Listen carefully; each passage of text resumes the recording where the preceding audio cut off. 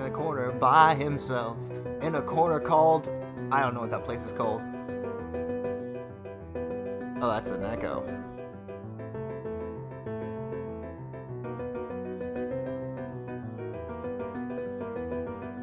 Took an empty seat next to her at the bar. How'd you like to go for a ride? And he said, fucking Josh Moon's penis, I'm gonna buy you a drink. And they went away someplace real far. Now, babe, the time has come. How would you like to guggle a little of Gunt? And she said, I don't even know what you would say in a situation like that, chat. What? Oh shit, are we echoing?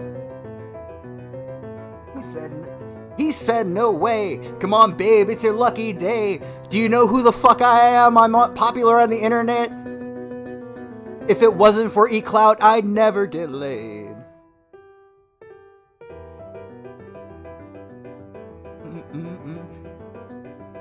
Oof. That's when Thumbs got out of control, folks. Thumbs right out of control, right out of everywhere that the sun does not in fact shine. Whew. Nay is what you would say. Nay. Nay.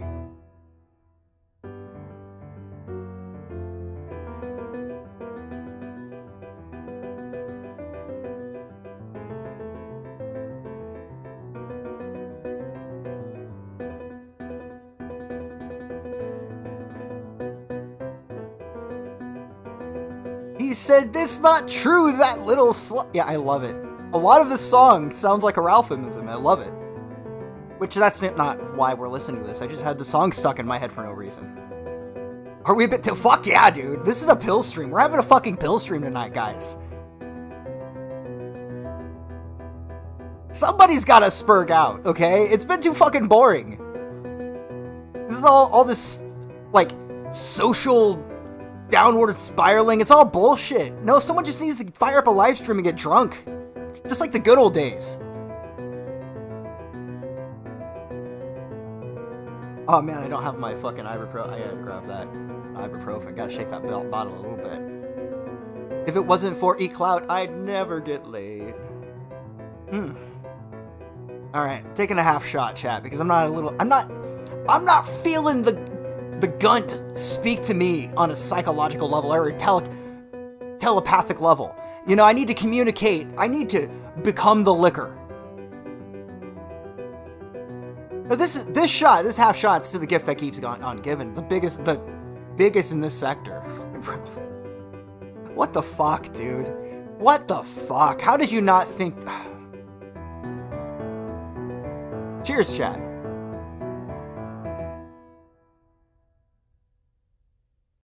Good evening, everybody, and welcome to the Midnight Show. I'm with my Red Bull. Oh, all right. Clearly, it's time to cut back a second. Welcome, everybody, to the Midnight Show. It is March 27th, 2022. A lot has happened. I've written down notes on several occasions to do a show. All sorts of shit. I reached out to Coach. He's okay. Well, as of like 2 weeks ago or 3 weeks ago, whenever I reached out to him, I saw his ass on the news. I saw Coach, chat. I saw fucking Coach Red Pill on the goddamn TV. Imagine my shock. I'm just doing my thing at work, and I'm like, holy fuck, I know that guy. What the fuck? Anyway, so Coach Red Pill, we'll go through a little bit of it, but to give you a basic gestalt of what's going on. So Ukraine's been invaded by Russia, which we've all been informed of how sacred borders are all of the fucking sudden. You know, it's real rich hearing these people that talk about nonviolence and blah, blah, blah, blah, blah, and how everything's fascism. Now they want you to go die in their fucking proxy war. Get fucked. Anyway, so Coach is basically playing the contrarian, as he does. This is Coach. He's not maybe I'm wrong, but my gut instinct is usually pretty on point, and my gut instinct tells me that Coach is mostly just playing the contrarian. He's over there, you know, saying, hey, you know, he's Coach posting. Just being a boomer that is a contrarian. And then they're oh my god, he's a Putin propagandist. His ass got thrown out of a hotel. It's so knowing that he's okay. I was legitimately worried about the guy a little bit. I don't think he means anybody any ill will. He's not a very malicious human being. But a person who has presented himself as a fool in a situation that is not very foolish. And maybe they're not into lighthearted, pseudo-intellectual ramblings. But, what am I saying pseudo-intellectual? Coach is okay. To the dismay of my chat, I'm sure. But anyway, I'm not quite done. I'm going to go ahead and let the intro finish playing out. But we got a lot of shit that's happened, right? J.K. Rowling. I saw articles on this. J.K. Rowling was like having a beef with Vaush on Twitter. So that was funny.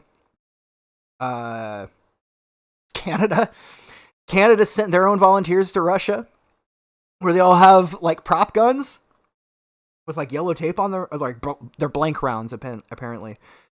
A Dunkin' employee murders a 77-year-old man, gets 2 years house arrest. Gas prices skyrocket. That's been great. $14 billion in aid sent to Ukraine. How do you guys like that? How do you like how we've taken suddenly a back? You know, one thing's for sure. You know, apparently all it took was somebody to invade another country to put an end to this stupid fucking what are we allowed to call Scene 19 on the internet? I've been away for a while. I know that, you know, certain things are just trigger words that bring in the fucking fact checking bots that say you're not allowed to have fun. How dare you? You're taking things not seriously when we want you to be fearful and live in absolute terror. We want to inflict terror upon you in your life. But by the way, we're also the good guys. It's insane watching all of this shit having unfolded and just taking it in more of a spectator's seat, just watching this happen. And you know, the thing is this the people can sense it in the air, sort of like how a natural prey can notice that it's too quiet, something's going on, and just in that same almost supernatural sense of knowing that something's fucked up, people sense that right now with this whole whatever you want to call it. Because isn't it insane that right after Ukraine gets invaded, suddenly, COVID completely just disappears. All the mandates disappear, and now there aren't any new strains. There aren't any new, like daily, not even daily, like minute by minute fear mongering on TV on an international level. None of that going on anymore. So suddenly, like, they pretend as if it never happened. Isn't that it's not just me, chat, right? Like, you guys can agree with me on this. Now they pretend that COVID never even happened. It's like we move on and go, oh, well, just forget about that 2 weeks. What do you mean 2 weeks? Anyway, bit off on that one there. I saw Jon Stewart started his own show. Maybe he sensed, hey, we got the like kryptonite to comedy. The most unfunny fucking thing in the world is a late night comedy show, which has the comedic levels of propaganda from North Korea. Like, wow, we're watching Kim Jong-un in an action movie, and they're trying to like play it off as straight, and we're just supposed to think it's okay. Like, it's the same level of, I don't even know how to explain it. Like them going, please, like, worship us, please think we're funny, give us ass pats. You know, it's the saddest thing. So Jon Stewart, finally, the fucking head capo's arrived. Finally, he's pushing, he's like, get these fucking shitty lieutenants out of the way. The fucking boss propagandist is in town, right? And the thing is I have a little bit of, I kind of like Jon Stewart a little bit. So I haven't watched his show because I know he's sold out. I just know. I don't even need to see it. You know, it was sad enough as a fellow human being watching, like, Colbert jump up and down on a bed chanting PP tapes, just pissing, ironically enough, all over Letterman's legacy. And then John Oliver with Last Week Tonight, where every thumbnail he has the same expression on his fucking face. You guys have seen it, I'm sure.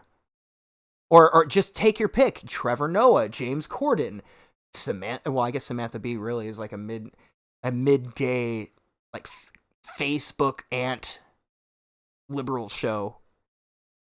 But in any case, all of these people got their start from Jon Stewart. So now that they're failing, now that everyone just laughs, everyone just can't help but go, you know what? This is fucking This is pathetic. Pushes him aside. Now it's time for the boss to start telling make faces at the camera. I imagine he's having more fun than they are reading, other people's words on cue cards. I mean, how inspiring. That's very, very artistic and everything. But I can't wait. So anyway, without further ado, we'll finish the rest of the intro segment. Just wanted to give you guys a basic idea of what we're going to go into tonight. There's a big elephant in the room, which might be, the reason I played a Sublime song at the beginning. Who knows? But let's just move forwards with this next clip here. And I wish this got old for me, but it never does. Here, I unveil for the first time the list. So, 1, donate, of course. I need your help. I'll be perfectly frank. Rubles? If you could. Are we allowed to accept that as payment anymore? Who knows? Can't survive. We'll need to ask Molyneux. He would know. Can you help? Can you help? Please. So he wants your ideas. And I need your support. I need your help, my friends. I really, really do. But he needs your super shekels. Busting my ass this year like you would believe. So I need your help. I mean, again, income's down, costs are up. Please. I want your suggestions. Absolutely. I want your feedback about what it is I should do, but I do need your help. But I need your help. It's expensive. Nonetheless, even if it was a mistake, I really need your help. Please help me cover these costs. I mean, I'm on my knees here. Please. He's on his knees, chat. Do anything other than stare you eye to eye and tell you what I need. And just beg for money. For your support. Please help out. But I need your help. I need your support. And it's been a while since I've asked, and the fact that I don't like asking is not particularly relevant, but I am going to ask nonetheless. Please go to freedomain. Please donate to freedomainradio.com. And help me out. Help me out. Give me your suggestions. Give me your feedback. Give me your thoughts. This is a collective endeavor bringing this level and intensity of philosophy to the world in these desperate times. I have no horse in the race. Biohazard Fallout. Well, here's with the caveat. /donate. As much as I would love to let him continue begging for money, I don't. It's an issue that I admit that I'm not informed enough about to be able to say I support either side. It'd be like asking me what my opinion is on like fusion reaction or something like that. I don't understand it, quite frankly. So to blindly support something I don't understand is wrong, in my opinion, ignorant. But beyond that, there's an aspect that's really hard not to roll with, right? When you have all of the people you just really don't like. You don't like their dumb propaganda. You don't like their attempt at humor that always falls flat. Or their moralizing on TV. Just all of the bullshit. Whatever it might be. It's hard to ever find myself aligned with the people on TV telling me how I ought to feel. Maybe I'm more concerned with my people and the shit we're going through here right now than the supposed independence of another nation halfway around the world. I have less. No, I should say this. I should say it like this because this is how I mean it. I have no more sympathy for the Russians than I do the Ukrainians or any other group of people on this planet. I don't want anyone to suffer. To be real, like if we can just be kind of cheesy for a second, I don't want anyone to be hurt or be destroyed in the pursuit of another man's dream. Because anybody who dies in this whole conflict, it's not like they would have benefited from any of this in any way whatsoever. They never go after the people in charge. They never drop, they all know where each other is. They could find where the lead commander is and drop a missile on his ass, but they always attack a fucking city like a coward. Both of them. Both sides. I don't like them. They should both go fuck themselves. That's my perspective. If my perspective is the only way our army should be going in, or our people, is unless we're taking it for ourselves. Period. Otherwise, you guys are on your own. Where the fuck were you when any of the other shit happened to us and suddenly we have blind allegiance to Ukraine, which, surprisingly, ties into the Biden administration, which we'll have to get to that in a little bit. Getting into Biden's laptop suddenly not being a conspiracy theory like I was told talked down to for the last 2 fucking years. Turns out it's all true. Turns out that it's worse than we imagined. Imagine that. But hey, we gotta keep people in positions of power in check. We gotta hold them accountable. That's what the journalists do. That's what they say, right? As they suckle at the teat of the very corrupt person they're supposed to keep in check. What a fucking joke. So no, long end of it, I think that there's probably horrible things going on both sides. I think both sides are probably doing some pretty reprehensible shit because that's what war brings out of people. And that's typically why we should stay out of it. This is not an American conflict. The victory conditions do not benefit the American people. I'm more of an isolationist though, but that's just me. And again, I said that at the beginning, I'm not informed enough to know blah, blah, blah, blah, blah. Because maybe I just don't know. Maybe there's a key piece of information that would completely change my perspective. But I haven't seen it. I haven't seen a real fundamental difference between the leaders of one nation to the other. If you blindfolded me, you could swap them and I wouldn't even notice. Anyway, let's continue here. Thank you. Thank you for this incredible ride. I really, really hope it continues. I look forward to your feedback. Oh yeah, the bioweapons Please, labs. please. Bio-research labs, bro. You are leading the way.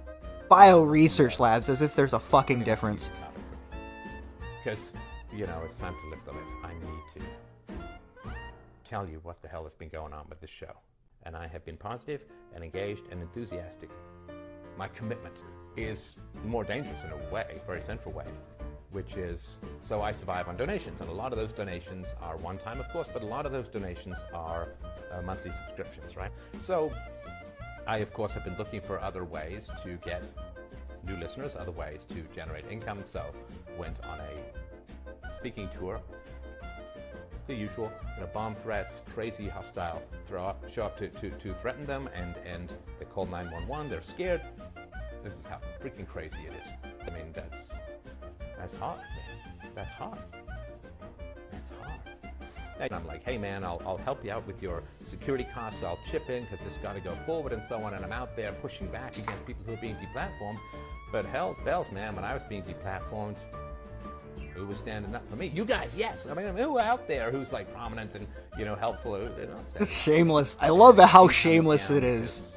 I mean, at least the z-Celebs are mostly harmless. What it is I should be doing? $10, $20 a month. It's less than the price of coffee. Jumping on the hood of your car. No, dude, come on, let me help a guy out. Itself. People who beg for money are less intense than this. Yeah, by the way, I bring this up every time now because it's amazing. At the time, his now ex-wife, Molyneux, conducted therapy in their apartment, their house, whatever, and he would hide in the air ducts and donate to freedomainradio.com, whispering them. I'm not even kidding. It's right there in the article. It's in the court documents. This motherfucker. I just wish I was on his level, chat. I just wish I was on his level. I'm just envious is all. Our appointment to FEMA should be finalized within the week. I've already discussed the matter with the senator. I take it he was agreeable? He didn't really have a choice.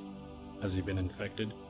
Oh yes, most certainly. When I mentioned that we could He literally did that, priority guys. list for the ambrosia vaccine, he was I so wouldn't have willing thought to make that up. I wish I would have. This plague, the rioting is intensifying to the point where we may not be able to contain it. Why contain it? Why contain it, chat? Go to the schools and churches. Let the bodies pile up in the streets. In the end, they'll beg us to save them. Hi, I'm Fox San Antonio's Jessica Headley. And I'm Ryan Wolf. Hell yeah. We're finally out of the intro after 20 minutes. Valley communities, the El Paso, Las Cruces communities, Eastern Iowa communities, Mid-Michigan communities. We are extremely proud of the quality, balanced journalism that CBS 4 News produces.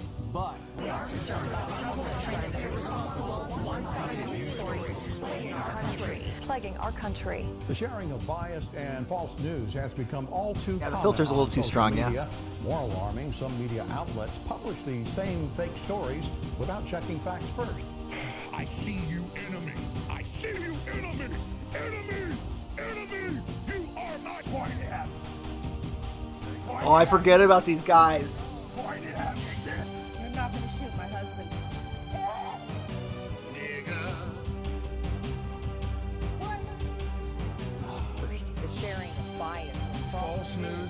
becoming all too common on social media. More alarmingly, some media simply aren't true without checking facts first. Unfortunately, some members of the media use their platforms to push their own personal bias and agenda to control exactly what people think. And this is extremely dangerous to our democracy. We've had to endure much, you and I, but soon, for a new age. Aquinas spoke of the mythical city on the hill. Soon, that city will be a reality, and we crown its king. Better than kings. Gods. Now officially. Oh, I thought there was a soundbite there. Okay. Welcome everybody to the Midnight Show officially. Now we're almost approaching the end of the first hour of your new day, your Sunday. If you're over here on the Pacific Coast like myself. You know, I thought to myself, I get this little tiny, like, half pint. And I just decided right before the show, like, let's just down, like, half this fucker right before the show starts. Like, let's fucking go. Like, let's get into this, right? So much shit has been happening over the past, I don't even know how long. It seems that every week, more shit. And to me, I'm just doing my normal thing, living life. You know, Elden Ring comes out.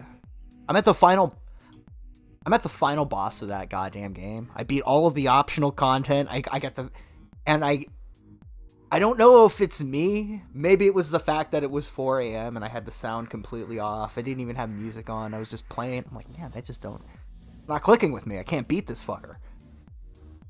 So I'm going to try again with the sound on. If I can't beat him this time, I think I'm going to walk away. Just go, I'm good. I am good.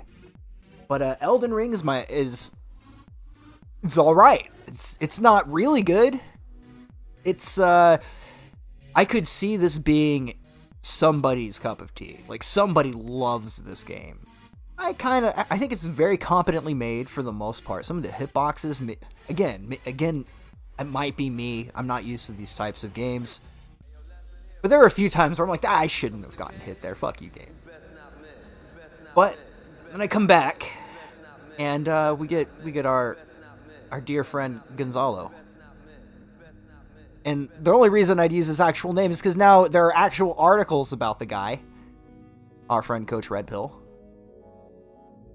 This is the Daily Beast article from a few days ago.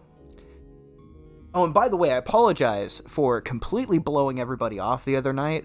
I'm mostly working with a lot of the links that I set up previously. I had friends come over unexpectedly, and one of them was like, hey, I'm going to play Elden Ring. You want to do some stuff? I'm like, okay, well. One of the rules I had back, when I started deciding I was going to dabble with streaming again is always put real life first. The girlfriend comes first. The friends come first. Like, I think, what do they call it? Tertiary. My tertiary priority is maybe when I'm bored. Saying what's up to you guys. Here's what's been going on in my head. So, I see this fucking article come out, and I think to myself, somebody's paycheck didn't clear. Somebody didn't get their fucking paycheck. Somebody didn't get their coach coin. Because if they got their coach coin, they'd be shutting their fucking mouths. They'd be telling you how coach, okay, he's a boomer, whatever, blah, blah, blah. Doing the same song and dance I'm doing for you right now. Man, it's such an inside joke. I don't know anybody even keeps up with it. So, also, the person that kind of created the whole meme of Coach Coin had passed away like 2 or 3 years ago. So, the long end of it, to explain that little inside joke in the IBS sphere, whatever you might want to call it, the Gunta sphere, a person called Prince of Queens, I think I've got that right, said that he had this theory that somebody in this sphere was like donating large amounts of money in order to drive more content, to create more like alt-right content. And he said he thinks that our boy here was the one behind it all. So we affectionately named this Coach Coin as the cryptocurrency that, of course, every z-Celeb on the internet is paid through. Vickers, very, very big in the Coach Coin game. And I only bring up Vickers because holy shit, I can't wait to see what kind of mundane, boring shit we're in store for. You know, I was wrong, chat. I was wrong. I was one of the people that was basically like, oh, come on, man, Mr. He's just trying to basically get at the guy for fucking with his family a little bit. Maybe I'm wrong. Maybe I don't see the full picture. But man, this podcast is gonna fucking suck, dude. My dudes. Vickers Bros, it doesn't feel good. I don't feel good right now thinking about it. Thinking about all the Feltonings we're going to accumulate over the period of our z-Celeb careers. Now, that's a whole nother thing. To take a minute to bring everyone up to speed and explain what's fucked up about that, it would kind of derail this segment about our friend Coach making international fucking news. So, let's go ahead and, instead of reading the article, a channel that I've brought up on this show before many a time, Sunrise Media. They did this little segment. And of course, the Ralph Amel fact here on screen. This is Gonzalo Lira, or as we call him on the kill stream, Coach Abortion Pill. Kill stream undefeated, 100-0. The problem that we're having is that because of the weapons that the Zelensky regime handed out willy-nilly in the last few days, a lot of criminals have these military-grade weapons, quite frankly. And so there's been robberies, there's been looting, there's been rapes, there's been all kinds of havoc because of these criminals. And it's known for a fact that a lot of the shooting that went on last night in Kiev. Oh, Noodle's good. Nothing to do with the Russians. The Russians were 10 kilometers or more away from these shootings, so it was clearly probably gang-related. Гонсало Лира Лопес оказался в Киеве накануне российской спецоперации. Лира Лопес. Он приехал на Украину в командировку перед началом нашей операции. To find out exactly what I said. And so these propagandists in this 6-minute video clip that is playing repeatedly on Russian television and Ukrainian television, it claims that I am saying things that I never said. Things that are insulting and deeply hurtful to the pride and honor of the Ukrainian people. I denounce this propaganda. I love that. Fortunately for me, I have the live streams where you can see. I love the Ralph Amel fact for this one. I never said anything remotely like what is portrayed that I said in this propaganda. My sole interest in talking. Dude, I would be legit sad if anything bad happened to him. If I don't even know. Could I walk in and be like, folks, hey, boss, I need the day off of work?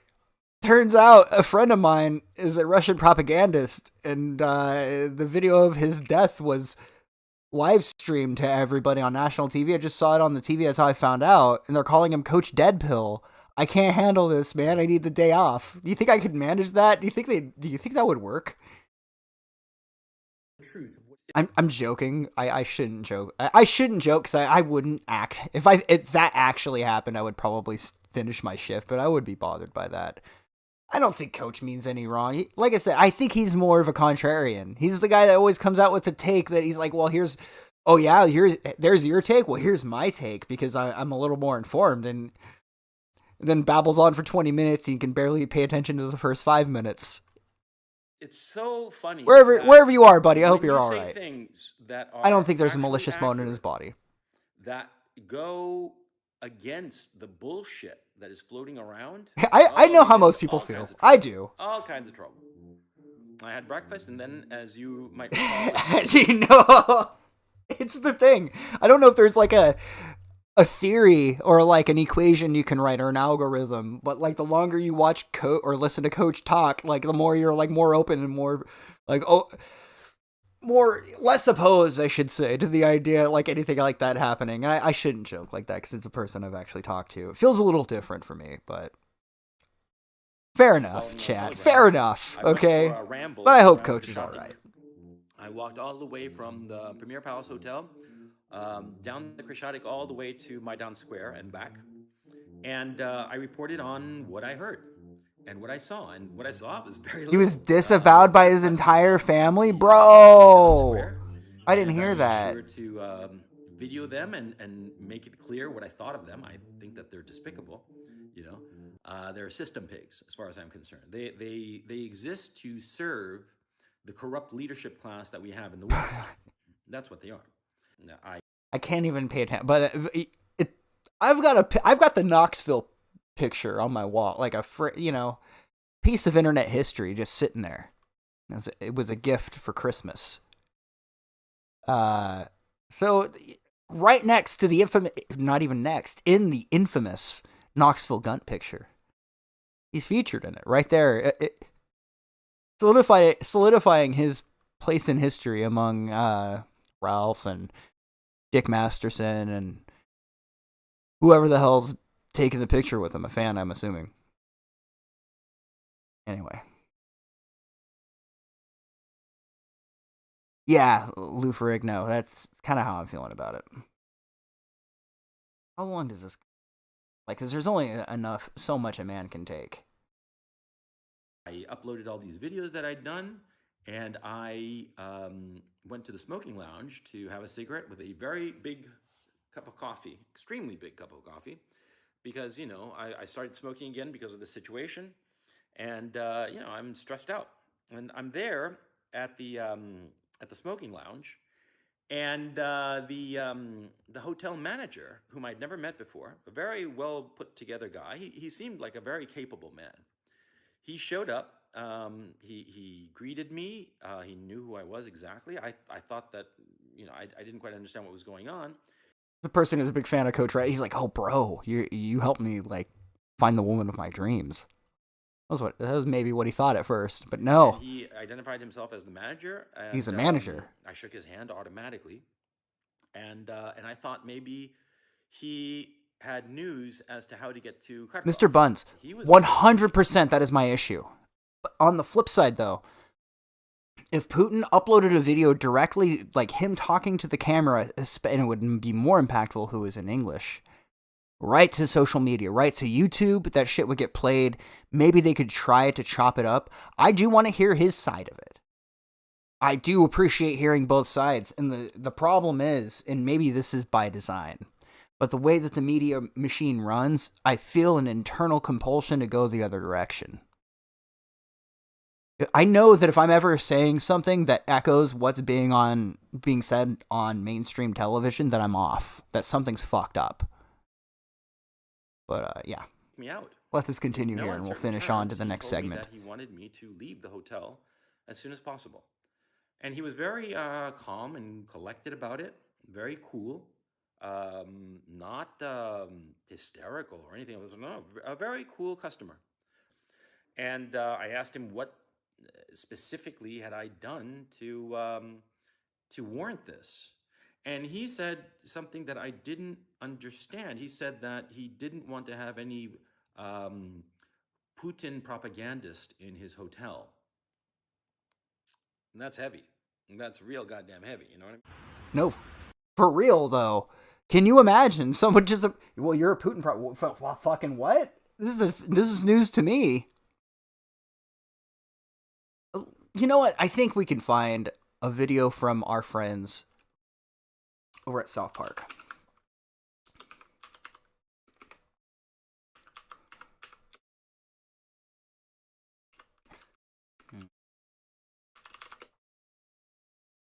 I believe it is this exact clip I'm looking for. As you can see from this graph, the entire economy of Canada relies on tans and Philip. Without them, we are doomed to recession. What say you, Mr. American Ambassador? What say you, Mr. American Ambassador? Fuck Canada! Hey, fuck you, buddy! That's more or less it. Like, fuck them. Why is this my problem? Suddenly, like, the sanctity of other nations matter? I don't know if you guys seen, if your neighborhoods look like my neighborhoods, but my neighborhoods look so fucked up that I can't even fathom somebody going, "Hey, do you want to go die for another nation's independence?" No, I don't, sir. Go fuck yourself. That's what I have. That's my take. I give less of a fuck about Ukraine than I do Russia. Just by a smidge. So this one here is Russia, American Daily. American in Kiev gives first-hand account of the situation in Ukraine, calls Zelensky evil. I won't go that far because I don't know enough about the guy, but I will say his use of green screen is incredibly incompetent. I've seen motherfuckers with 200 subscribers on YouTube know how to chroma key their shit better. Like, really, man? What kind of fucking propaganda game you running? Got the whole American media wrapped around your finger, just doing everything that I probably couldn't verbally describe on this live stream. Metaphorically, of course. Probably literally, too, to be honest. And you still can't even put out competent propaganda in your stupid fucking green screen. Name a more dynamic duo, chat, between Zelensky and his green screen.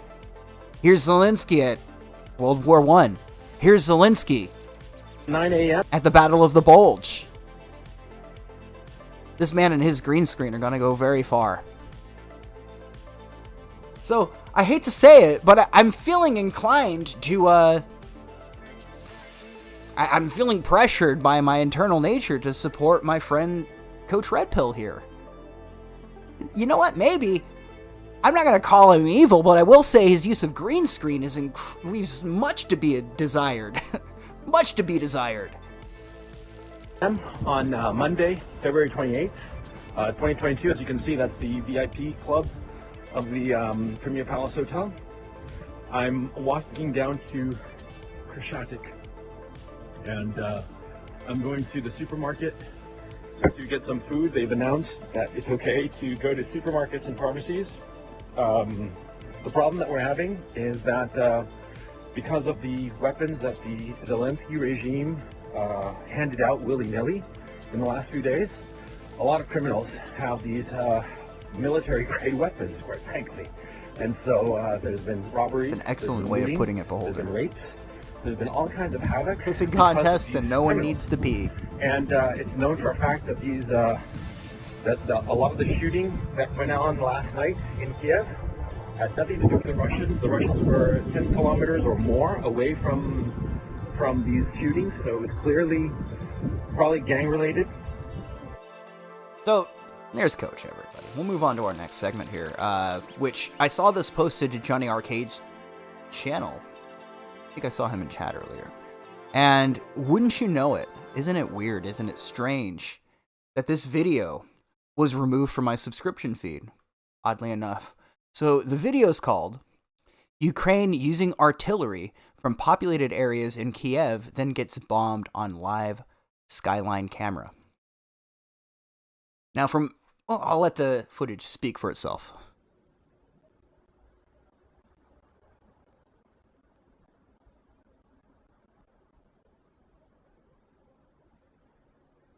All is well, man. All is very well.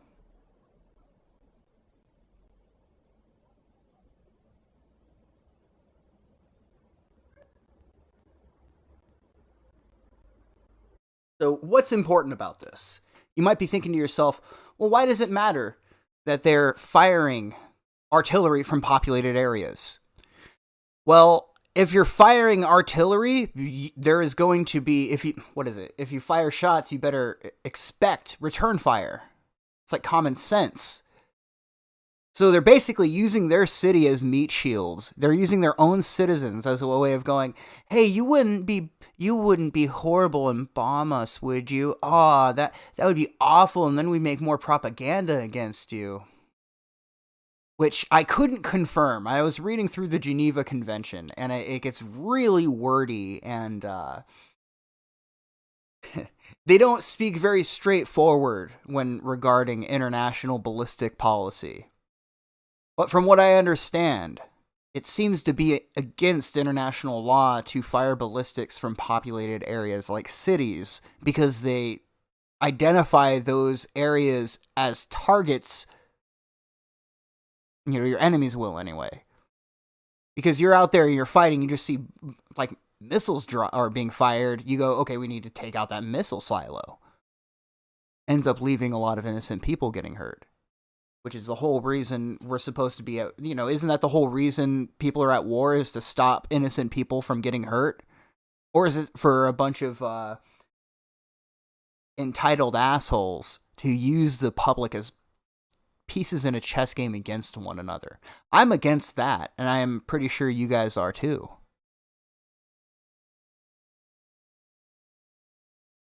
But then more to that, right? So, not only, and again, I hate to paint one side as being bad here. I'm just trying to counter a little bit. I don't think Russia or Boy Scouts or what they're doing is...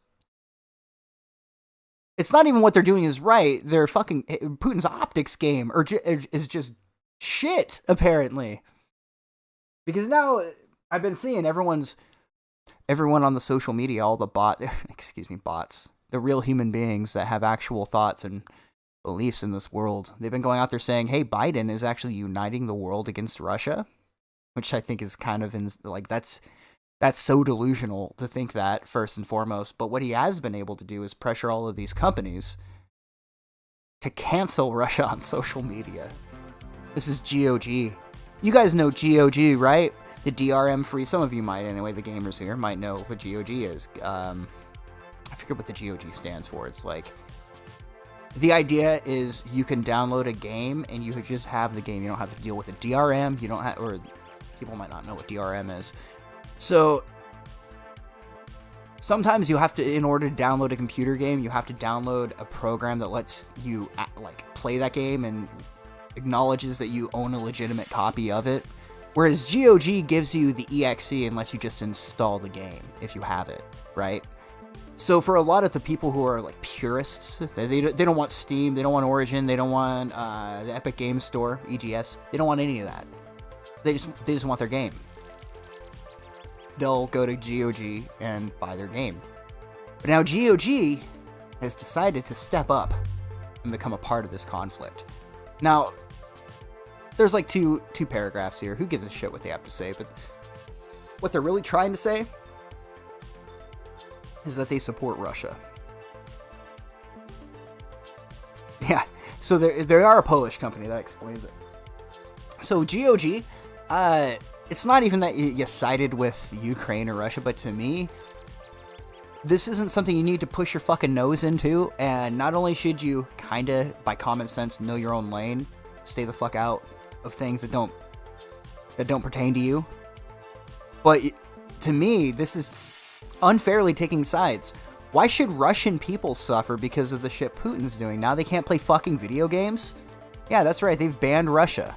Russia's no longer able to purchase through the GOG, and they're not the only ones.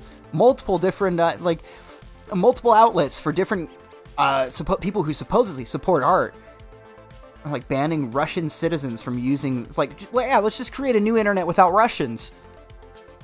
I mean, there's a part of me that thinks that sounds kind of funny, but it's not going to have the intended effect.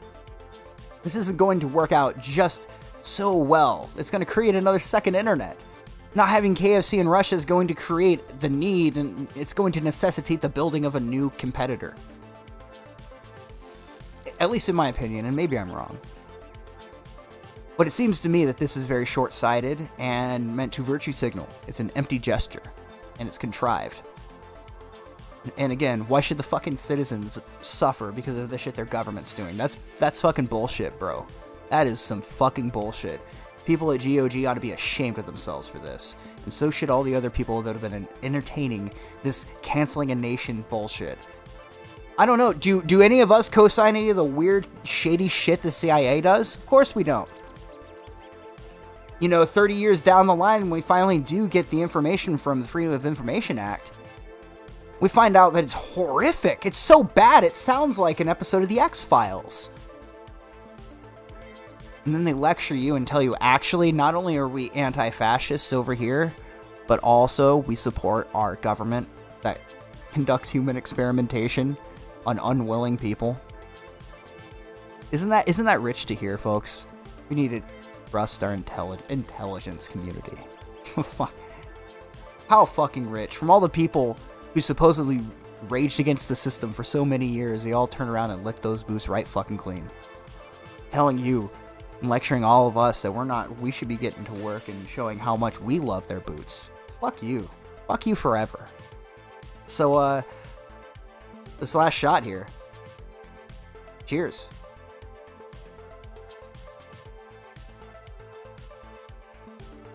That shot's for me. Fuck everybody. Present company excluded. I mean, we should be doing the fucking, is what I'm saying.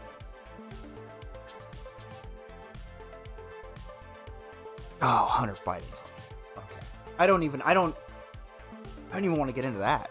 We're going to. Of course we're going to. How do we not get into this? I wanted to get, though, the tweet that Ukraine had made saying, "Hey, everybody, can we ban Russia? We need to ban Russia off the internet, guys." Here it is. I immediately saw this shit and thought to myself, I don't know what side you're on, but I hope you lose. I hope your ass gets thrown in the fucking gulag. I saw this shit and said, you know what? I don't know what side I'm on, but I don't like this. This is officially, I can't believe this. This is officially Ukraine's public statement on getting fucking railroaded. Admitting to the world, we're cocked, guys. We got our asses absolutely smashed by Russia, and there's nothing we can do. Well, I guess you're on your own. If you can't justify your own existence in this world, then what can you do? What good are you, right? If you can't protect your nations and your borders or your citizens, why should we come in and help you when you're not going to be able to repay the same when our time comes? Because implicitly, that is the point of us ever helping in the first place. There has to be something in it for us, right? Anyway, here's Ukraine on February 24th, 2022. Hey people, let's demand at Twitter to remove at Russia from here. No place for an aggressor like Russia or Western social media platforms. They should not be allowed to use these platforms to promote their image while brutally killing the Ukrainian people. At Russian support. Russia's still here, by the way. I don't know. Did they get like a 24-hour ban? Not a whole lot of... 20 hours ago, they got a retweet.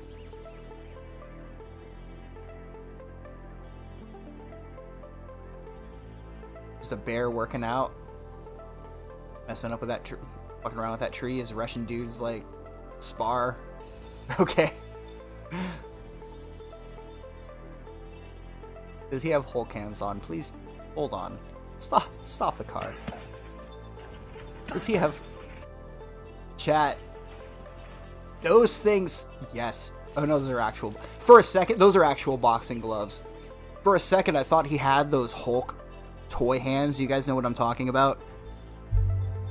Like, I don't know, maybe 20 years ago or so, they came out with these, they're Hulk hands. They're like boxing gloves with the Hulk's fists, and they're huge. You can do so much damage with those. I'm not fighting anybody who has those, by the way. I would be more likely to run into a fight with a guy holding a katana, or a claymore, or a scimitar, than a dude with a fucking 2 Hulk gloves. I just somehow think he's more of a threat. I can't really... Because we all know how important and how dangerous head trauma is. Dude, imagine the bludgeoning. He staggers my ass, I fall to the ground, he punches me, I'm gonna be brain dead. Okay? Like, sure, I might get stabbed with a katana, or impaled, or whatever. But there's a chance I get out of it. The chances that I get out of this fight not being a stuttering retard, or excuse me, a stuttering stupid person, or, you know, slim to none.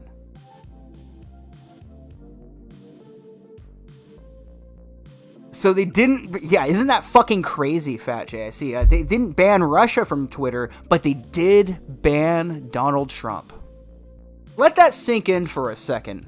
I know, you know, Russia's been accused of a lot of things, but surely a couple of deaths are, you know, at their feet. They are responsible for that much, right? Trump has literally hurt no one. Just some food for thought there, huh? Punch you in the voting Democrat. Yeah, but I mean, it's only called a democracy. I mean, it's a democracy in name only. It's a formality more than anything. Well, see, obese tuna, that's where you're wrong. You say that no one will be helping the West except for ourselves. We're not allowed to help ourselves, though. Don't you see?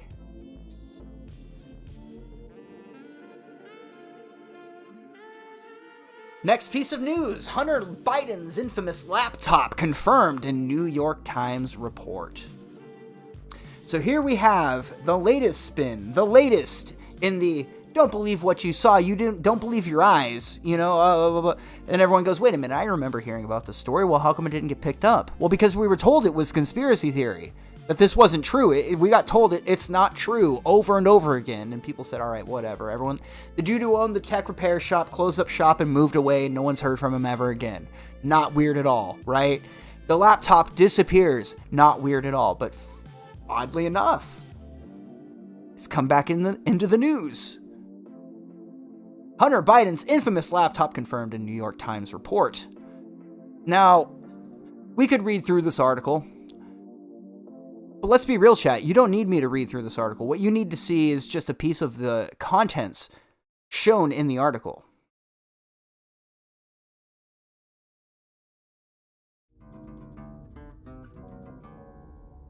Just scroll through so you can see it with a little bit more clarity. And there you have it.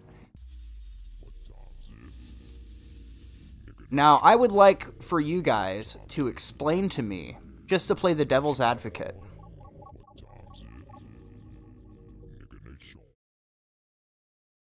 I guess that's good enough. Go ahead and explain this one to me. Go ahead. Go ahead and explain how this man having a hypodermic needle and a pack of smokes and, you know, his shirt on, like this picture of Hunter Biden with a child. How is this fake news? What's fake about this? What part of this is Russian propaganda? What, did Putin, like, hack into his phone and send this our way? Is Seth Rich behind this one too? Is this misinformation, chat? Is this misinformation right here? Are we looking at misinformation, misinforming our poor little eyes, and we just need to close our eyes and not pay attention to all of our senses? Most of us don't even have our sense of smell anymore. 1 down, 4 more to go.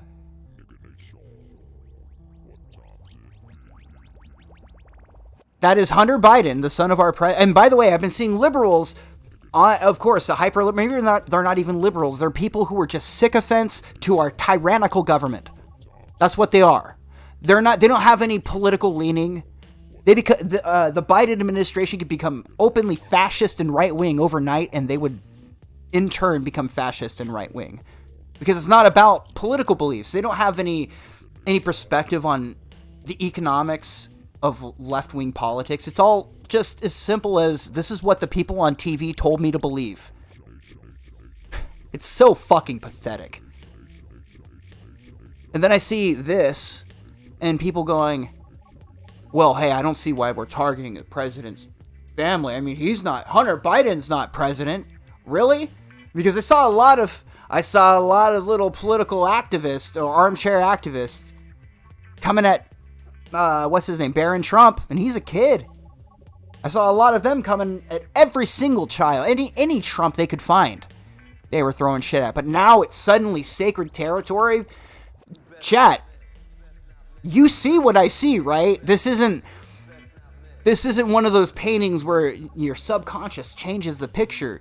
This is Hunter Biden abusing a child, is it not? Is that not what is going on in this picture? Do you guys need to see any fucking more? I sure as hell don't. This picture is sufficient for me to believe that this man is a child molester. This picture is sufficient for me to believe that he is part of a compromised, corrupt, political conspiracy involving Ukraine and the Democratic National Committee. I don't say that. I'm saying that 100. I don't mean to sound melodramatic. I am being 100% dead ass fucking serious as I'm watching this man with an abused child take a fucking selfie. The word disgust doesn't quite say it, but maybe. Hold on. Maybe Mr. Gorka can help me with this.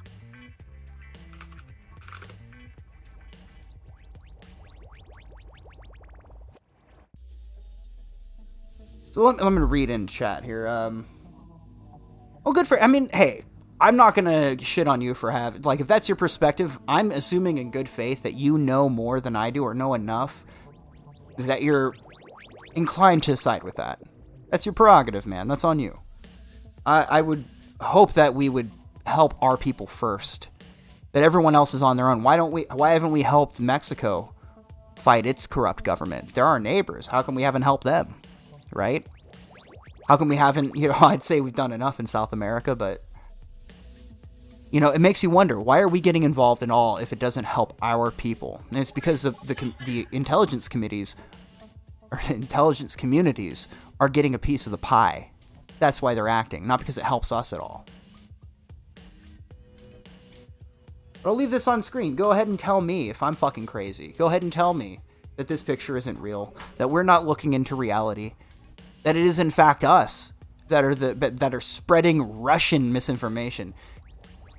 This helps Russia somehow.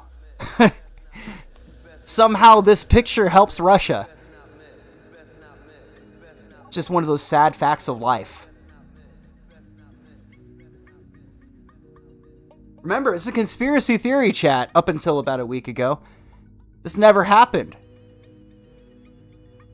They say a picture is worth 1,000 words. I would like anybody who is a supporter of this bullshit, or a person telling us we don't need to look into Hunter Biden. I'm sure the FBI has got it. They're really, they're really honorable and everything.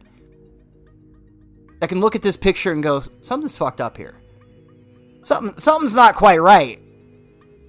I think anybody could see this. Anybody could look at this, and I'd like even your most devout left-wing activist to defend this picture.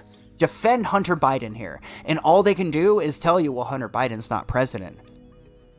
That's what they do every time, because you can't defend this picture. Because every one of us knows what this man deserves. Did I mention that Hunter Biden uploaded incestuous porn with his dead brother's daughter onto Pornhub? But Russia's banned. He's not. Just a little bit. Take that with a shot of whiskey, huh? How many more secrets do you want to know about the Biden family? It's all public knowledge. We all know this shit about these weirdos. And they expect us to kiss their fucking ass. Hunter Biden, you're a crackhead pedophile. No respect. But you know what you can do is you can do 5 different TikTok dances to help Ukraine fight Russia. Or you can pose with Justin Castro for Canada with your little fucking rifles filled with blank rounds. Just for the photo op. Just show up just so you can have the photo op.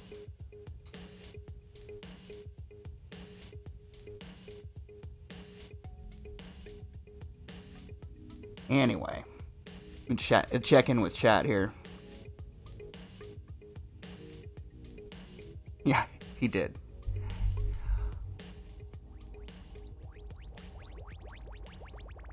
See, that was information we got from the last time the laptop was made public, or the information about it was made public.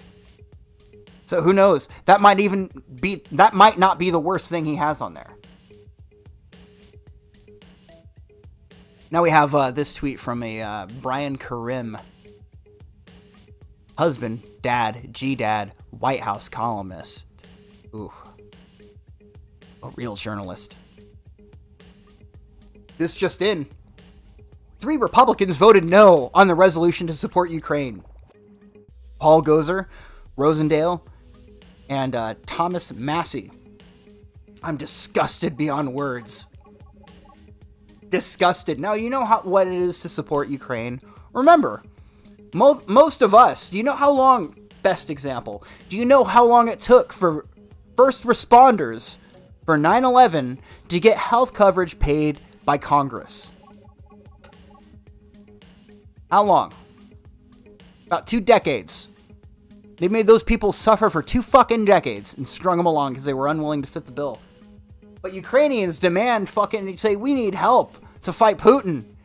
And they almost unanimous, but more importantly than almost unanimous is that pressure for the 3 dissenters who didn't just decide, democracy is about having disagreements and people with different perspectives. But people like the fascist here, Brian J. Karen, not even in a fun way. Not even in a looking fucking slick while doing it way. Gonna say, you know what, these 3 people who didn't step in line need to pay, right? Is that about right? They need to pay for dissenting against the mainstream, because that's very, very, very democratic, very pro-populist, right? So you know how much money we're talking about here, chat. I have it written down here. Not all the zeros, obviously. $14 billion. $14 billion. Now, for that amount of money, every American could get, I don't know, fucking, I could check for $100. I'd rather have my $100, man. Straight up. If they lose, it's on them. They couldn't justify their existence. It is not on us to make everything exist. I feel the same way about species on the planet. If they can't live, we should observe and we should document their existence. But trying to play God, that is not our place. Sit back and let everyone, and just watch the show. Let the show unfold. But now this is one of our new things. We have to, unabashedly support Ukraine. And again, I don't have anything against the Ukrainian people, but I don't have anything against the Russian people either. And I don't have to pick a horse. I don't have to pick a team. I keep bringing up to people in IRL, right? But it's surprising, chat. You talk to people behind closed doors, and a lot of people feel the same way I do. But I've been describing this as Timmy versus Jimmy from South Park. You see two fucking, just watch the 2 crippled people fight. You don't have to get so emotionally invested in it. Just watch one cripple pick up the other cripple and fucking suplex him and go, Timmy! And then see the other guy put on the mask. It's that simple. You don't have to pick sides every time. Especially from what I've been hearing about the Ukrainian government. So I don't know that I have all the links for the Reddit stuff, but I'll give you a basic summary of what I've been able to pick apart from all of this. So Reddit is volunteering to send themselves to Ukraine, which is in violation of the Geneva Convention. Maybe not the Geneva Convention, but it's against international law to go to another country and play fucking Rambo. So all of these, many of them happen to be transgendered, and they're showing up to Ukraine and having their passports seized, their belongings seized, and their passports burned. Man, the good guys really have changed their tactics these days. It's really weird how all this happens. Also quick.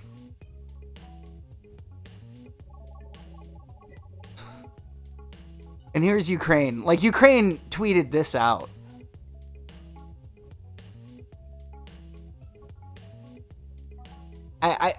He's get it? He's Hitler's little protege.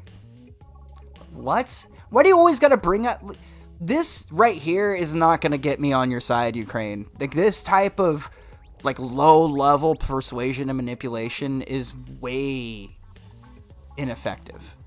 And as a matter of fact, it's probably gonna make me just support the other side, to be quite honest with you.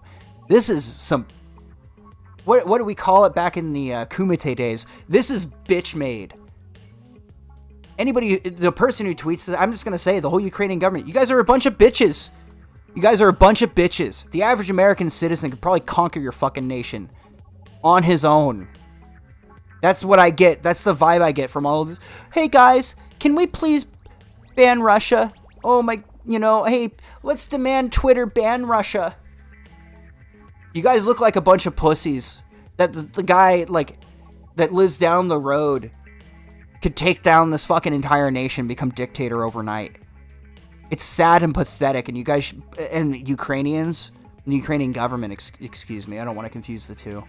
The Ukrainian government presenting themselves this, in a way this pathetic, doesn't come off sympathetic, doesn't make me empathetic. It makes me seem makes me feel that they are overwhelmingly pathetic. So, I think that's about all I have to say on the fucking Ukraine bullshit. Right here. Hunter Biden's laptop, right? Like, what? It's one of those things we went into enough. I've already heard enough.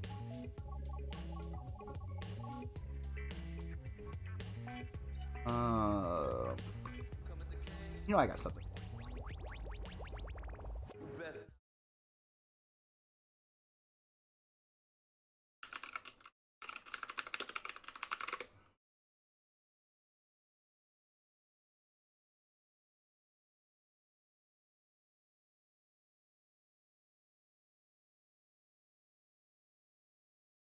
All right, guys. So I think I've stated.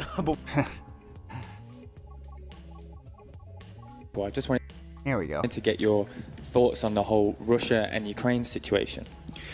You know, here's my first thought is I'm not going nowhere to fight none of these wars for these politicians. I'm staying at home, and when the war comes to Arkansas, I will dig my boots in the ground, 100%. and I will die for everything I love, Fuck and I yeah, will bro. not retreat.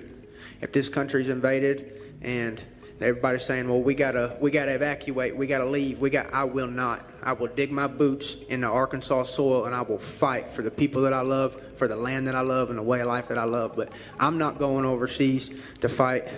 I don't know what's going on. In a proxy war. To be Fuck honest, that. brother. I really don't. There's so much stuff, and I don't think nobody knows what's going on fully. There's been so much political corruption in that area. You got Biden and his son making a shit ton of money off of and using our tax dollars to bribe their people. That's treasonous, in my opinion. So you got Hunter Biden and his son using our tax dollars. Hey, if Ukrainian government, if you don't do this, we're taking your tax dollars. He shouldn't be giving our tax dollars to that country anyway. We got. I love that he knows exactly the clip. You guys know exactly the clip he's talking about, because I've brought it up on this show many, many times. The one where he's bragging to the Ukrainian ambassador.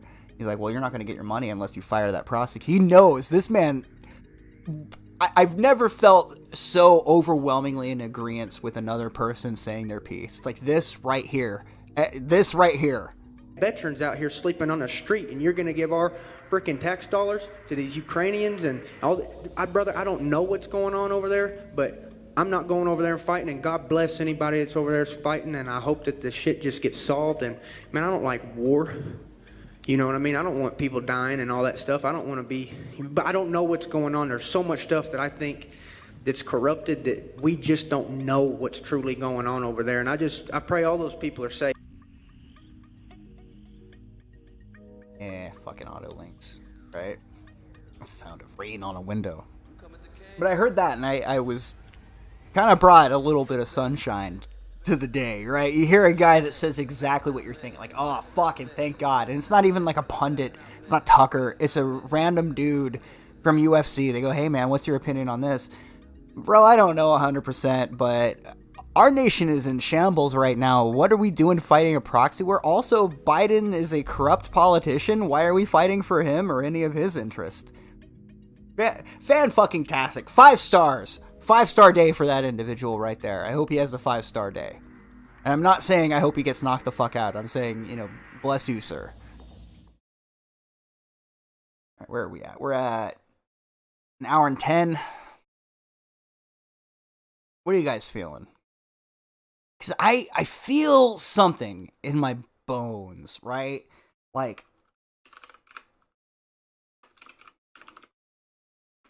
hold on. I feel something. I don't know how to quite describe it. Let's Oh shit. Is it time? It's time, chat. I hear that tuba. I know what time it is. It's time to get gunted. Do you guys like gunts? How do you guys feel about short motherfuckers with a micro penis wearing shades and a fucking baseball cap? How do you feel about getting thumbed? How do you feel about free speech? How do you feel about Josh Moon's penis? It's beyond words, all of it. But right now, It's time for the tuba.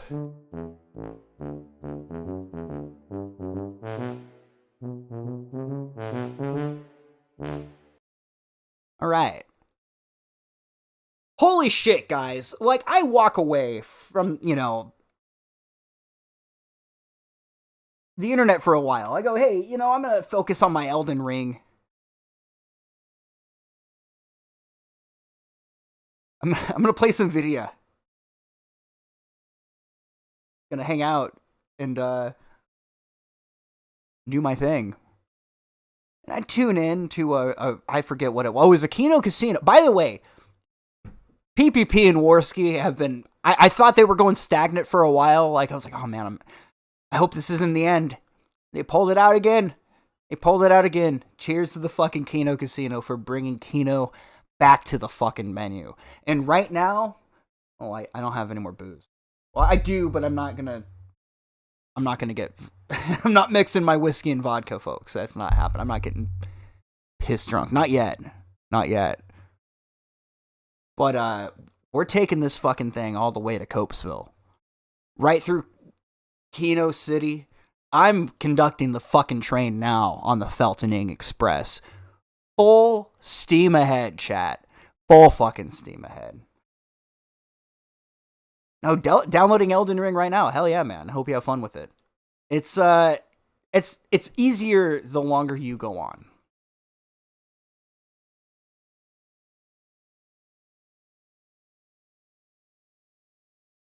So we have this segment on Loskow's channel. Big shout out to Sam Loskow. One of the good mods.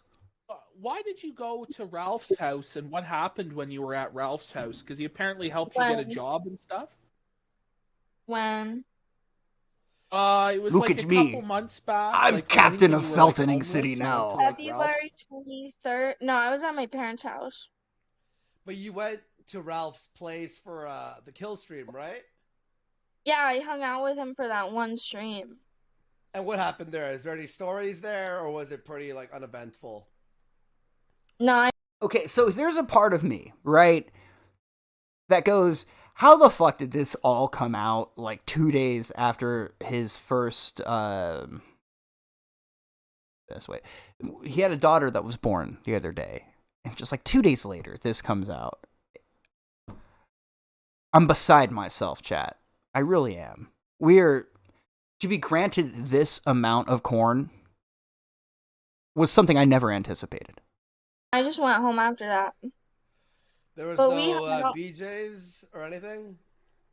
But we hung out a few times after that, and then Amanda called me one night, and she was like crying and said, come over, so I came over, and she was telling me all these things about Ralph, and I was like, whoa, that sucks, I'm really sorry. And so I said some things to Amanda, and then Ralph got really mad at me and Corinne, and then Corinne. So I'll go ahead and I'll to the people who don't want to sit and watch me live react to this fucking whatever it is, this clip. I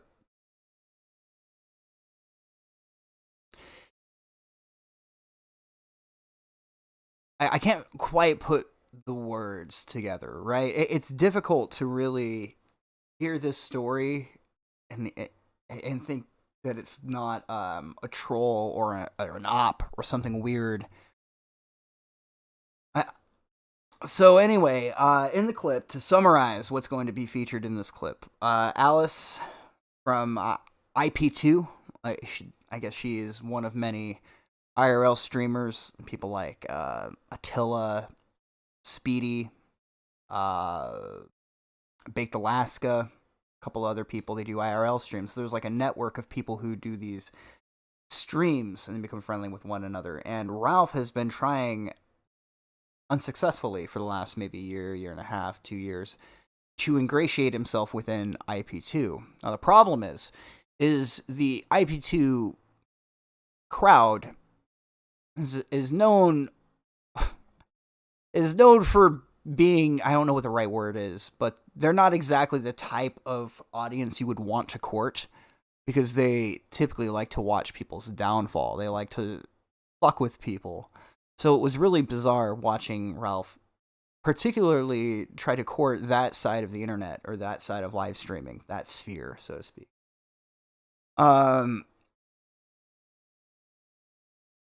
Anyway, in one of these hangouts, Alice alleges that she had basically blacked out drunk, and Ralph told her that she sucked his dick. And I have seen people in chat, and I've seen many other people too, go, I don't know if I believe this. This is coming from Alice. She's not exactly a reliable source. All I'm saying is that the body language is so unsettling that this whole thing made me sick to my stomach listening to her recount it. That's all that really needs to be said. Whether it's true or not, the pure optics of this are so bad to come out just days after your child is born. Like, I'm not sure if he's still setting up his live stream in the basement of his baby mom's dad. But if he's still there, can you imagine what that household is like right now? The tension between him and Pantsu. So to those who don't want to stick around for all of that, that's basically a summary of what is going to go on in this clip. Alice is going to allege Ralph of sexually assaulting her while she was passed out drunk.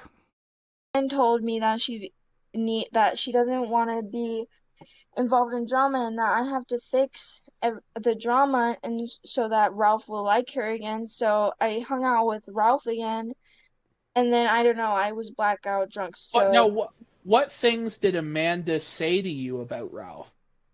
What was she saying?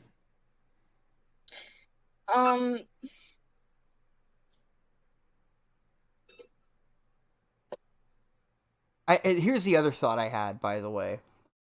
Is everyone so fucking desperate to have content that we're now having chlorine? I knew shit was fucked up when I saw, like, a kill stream.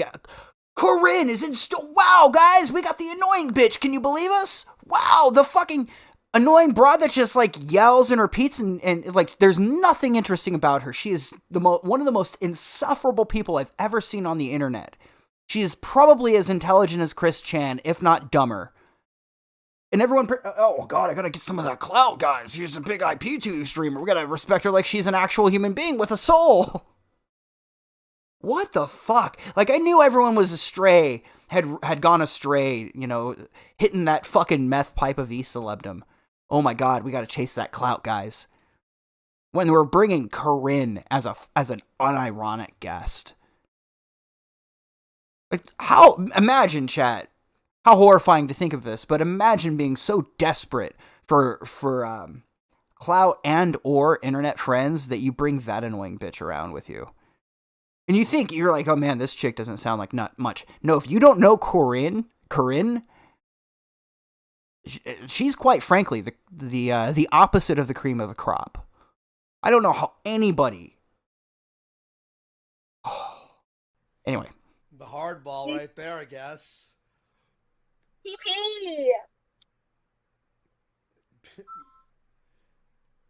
Go ahead. I don't want to. Okay, I don't know. It's Spill not... the tea. Spill the tea. There's 1,750 watching now. You got it. I give a fuck how many viewers you have. How many? I don't want to hurt Amanda's feelings. She just had a baby. Do you know how hard that is on someone? Well, maybe the truth about Ralph needs to come out for the good of the baby. You thought of that? It's not my place to talk about. I noticed that too, like by the way. There's some passed out bitch in the fucking bed with her. Doesn't Amanda in your on a scale of 1 to 10, how bad was it?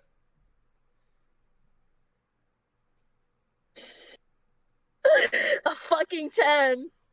Wait. Whoa! You can't tease us like this. A 10? Was he beating her? No! Oh my god. Because that's a 10 there. That's a 10, but I'm gonna... Oh, okay.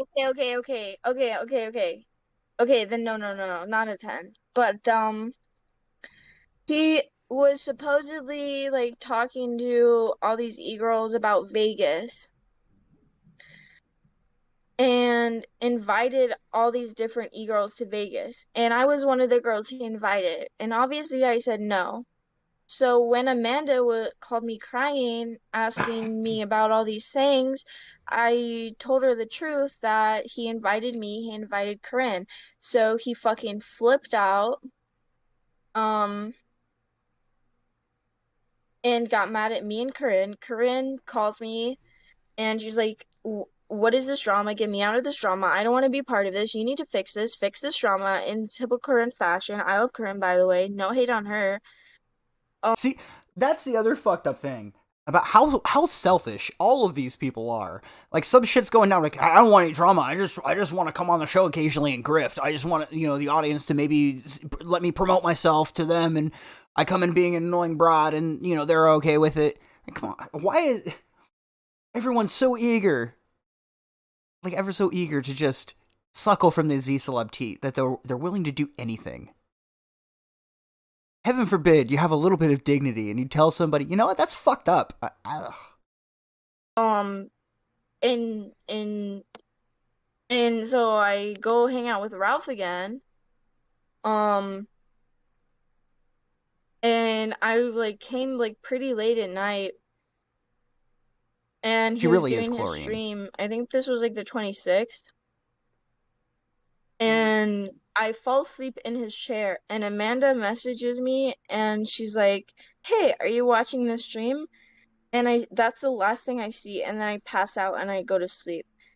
As I'm trying to sleep, I just hear him yell. I'm sitting in the chair. I hear him yelling on his stream and screaming at people. I'm like, what the fuck? And then I just go back to sleep.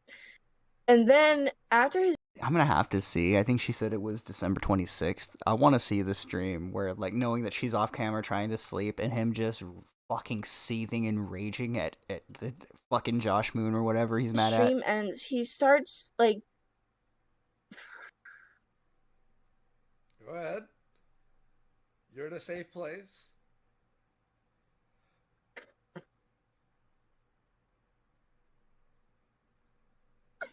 I don't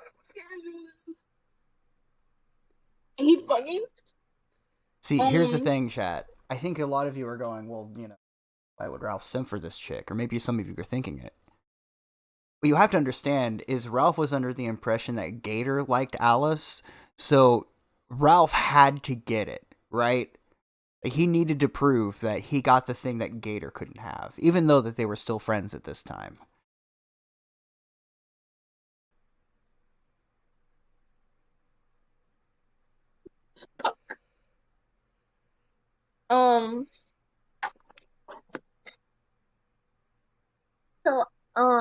So after his whatever happened, she seemed pretty fucked up about it. I'm asleep in the chair. I'm not sure I wherever. believe He's her waking up 100%, but she from seems a little traumatized from this interaction. And then he's betting on random ass sports games, and I keep waking up. See, that's the other thing, chat. As much as I am inclined, because she is, by a almost definition, an unreliable narrator.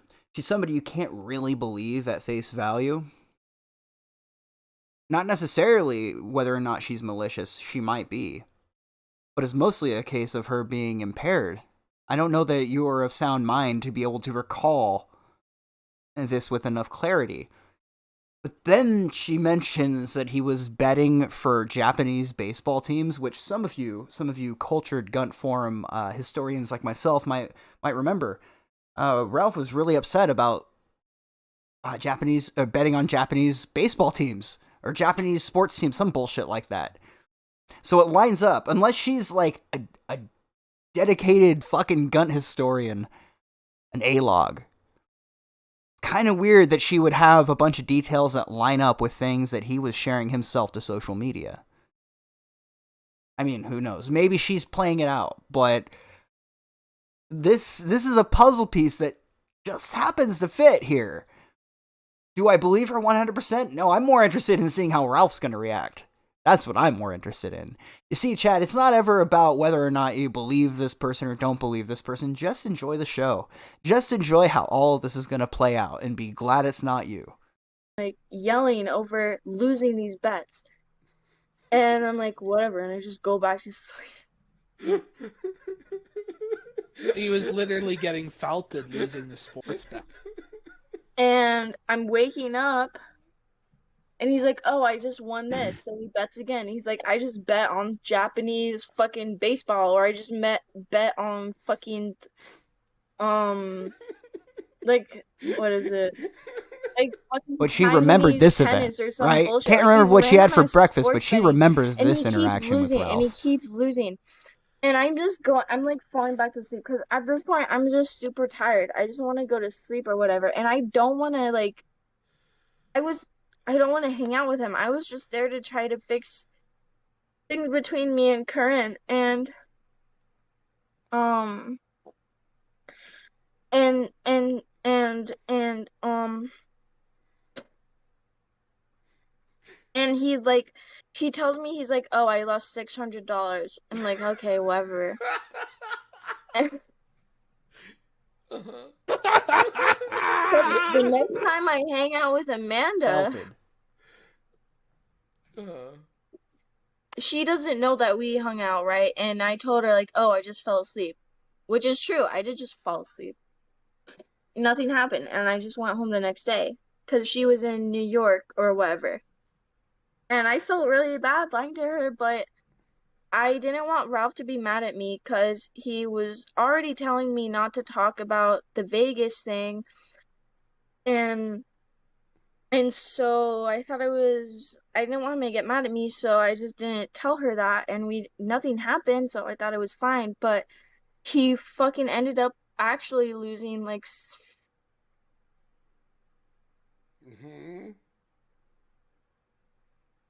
Go ahead. I fucking can't. Please, Alice. He almost said how much he lost, but we already know. How much did he lose? Ralph lost $6,000 in Vegas, but he's comped. $6,000. He's comped. He doesn't give a fuck, bro. Whoa! $6,000 down the drain. Ralph lost. Holy fuck. Well, do you think, Alice, that Amanda deserves more than Ralph? You think? And see, that is the ultimate end game to this. And the reason why Ralph was so fucking mad at me is because over that weekend that Amanda and I spent hanging out, watching movies, watching anime, gossiping, hanging out, fucking getting our nails done, going to the mall, whatever. That weekend that we spent, she decided that she wanted to leave him. And I was trying my best to like support her as a friend, like as much as I could. And I'm like, yeah, you should leave him because he's a fucking piece of shit. And at the same time, Ralph is like,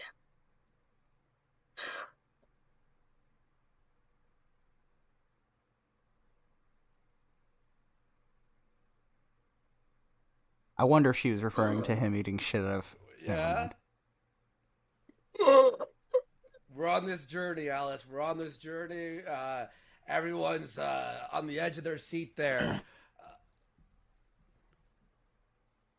Ralph is like buying hundreds of dollars worth of shit off my like Amazon wish list. What? What? For you? What the fuck? Now Joey's saying I'm gonna have a warrant for my arrest. Tell him to shut the fuck. He's a fucking Fuck faggot. off. No one cares Joey, about you're Joey. done, Joey. Ralph was buying shit off Trying your to wish sweep list it up for you. for Ralph. No, Hundreds nope. of dollars worth. Let the fucking Gino flow. The FBI are on the way to your parents' house right now to search your bags. He's a fucking retard. Tell him to shut the fuck up. He's a fucking dummy. Lying. He's a lying sack of shit. Oh no, Alice is FBI. Better get out. It's retarded. Sorry. So Yeah, dude, that's $6,000 to LARP as a fucking like wealthy, successful person. To you. Yes. What And matters so it's shipped right more? to you or whatever. Providing right? for your children What and did he your buy you? home, Like, what did he, your what was on girl, your wish list? Like, name some of the or betting on fucking items. sports teams you don't even There's know a that exist. tripod, screen protector. He bought me Monster Hunter, Generations. He bought me thigh high socks. He bought me, what else?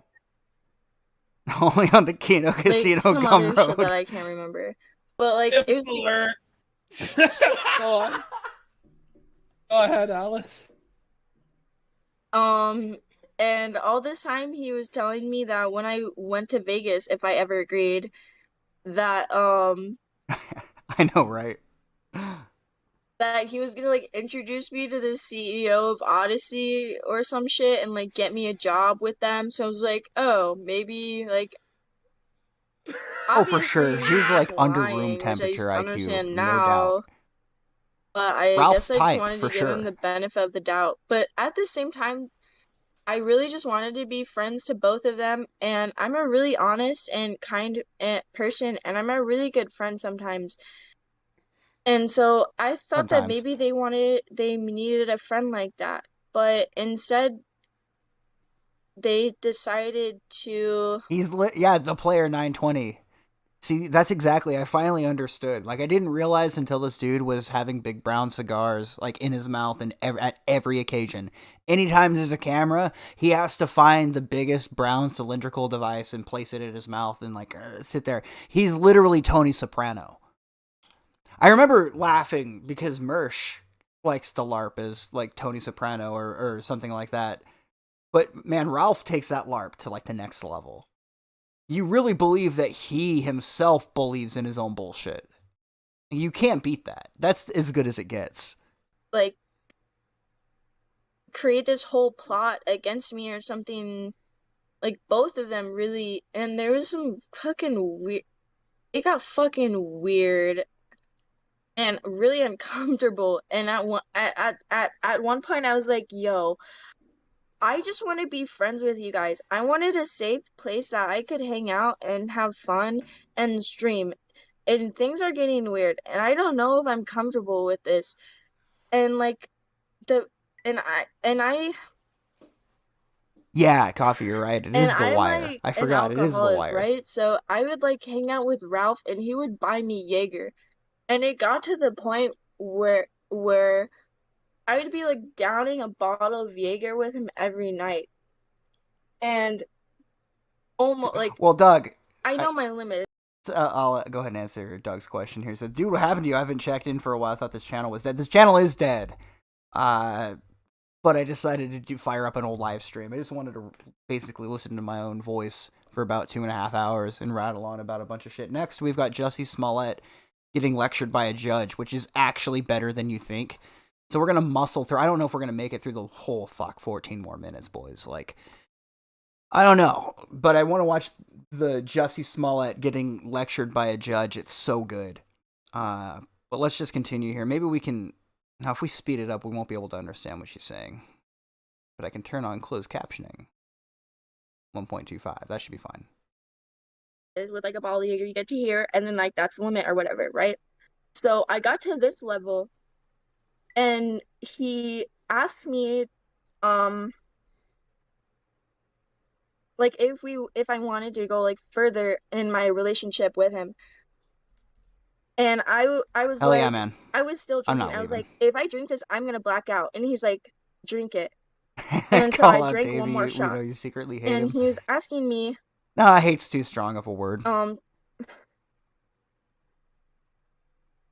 you know, he was asking me to like give him head or whatever. And I remember just being really fucked up. I did see Grossly Offensive's video where he's wearing the mask. Like, That was pretty good. I liked fucking it. drunk and being like, I don't think that's a good idea. Like, I don't want to do this. Like, it's not a good idea. I don't want to Yeah, I got this no far with beef you. I with the don't guy want to do this. I don't necessarily, want to but I think like, the project I can't kind of do fell this. flat. You know, what can you do? That's the last thing I remember saying until I blacked out. And at that point, with my alcohol, I'm not a fucking idiot. I'm not a fucking like, I know how my body reacts with alcohol. Imagine hanging out And with this chick for like 12 hours to try to get laid. I Can't say I wish that on anybody. And like I know how to fucking control myself with Jaeger, especially. And so the next morning I wake up and I'm on my couch. I'm still in my clothes from the night before, and I wake up and I'm like, where the fuck is my stuff? Where's my phone? Where's my stuff? I can't find my bag anywhere. I look in my room, my bag's not there. I fucking searched the couch everywhere. I can't find my bag. Like not even my bag.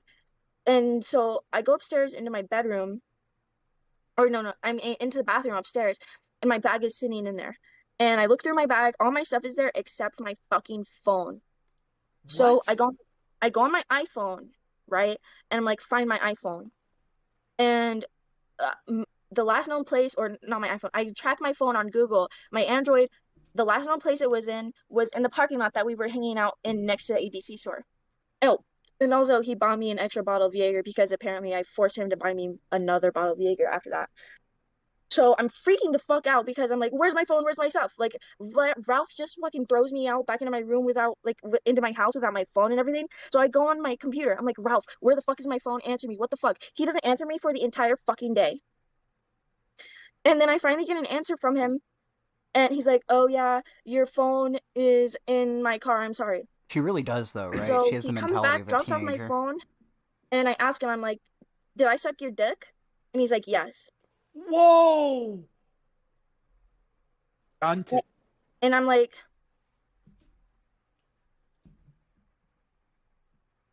I fucking said no. So as I get my phone back, I go back home. I check my phone, and I look through the. I see it, Tatters. And keep in mind when I asked him where my phone was, he's like, "I'm sorry, I didn't even know it was in my car." Like, I didn't even know it was in my car. But I checked through my phone and I look through, you know, the apps, and it's like, because you can check what apps you go on at what times through your phone, right? And it shows that he tried to log into my phone at like 12 a.m., 1 a.m. Yeah. He's probably trying to erase your shit or whatever on the phone. By the way, I lived with him, and I actually moved out in the middle. Okay, so I think... Have we seen enough, chat? Like, the main accusations out there, and again, it's hard to take it too seriously with Alice being, you know, Alice. But this is not a good day for Ralph Bros. So let's switch over to a different overlay, and we're going to bring up Jussie. I'll keep this video in case you guys want to watch the rest of it. But I've seen enough. I've seen more than enough. Even at 1.25 speed, that was killing me. So do we believe her? You know, I'm more inclined to believe once we have more evidence, right? We're not in possession of the full story. So people are going to have to start dropping details. That's all there is to it.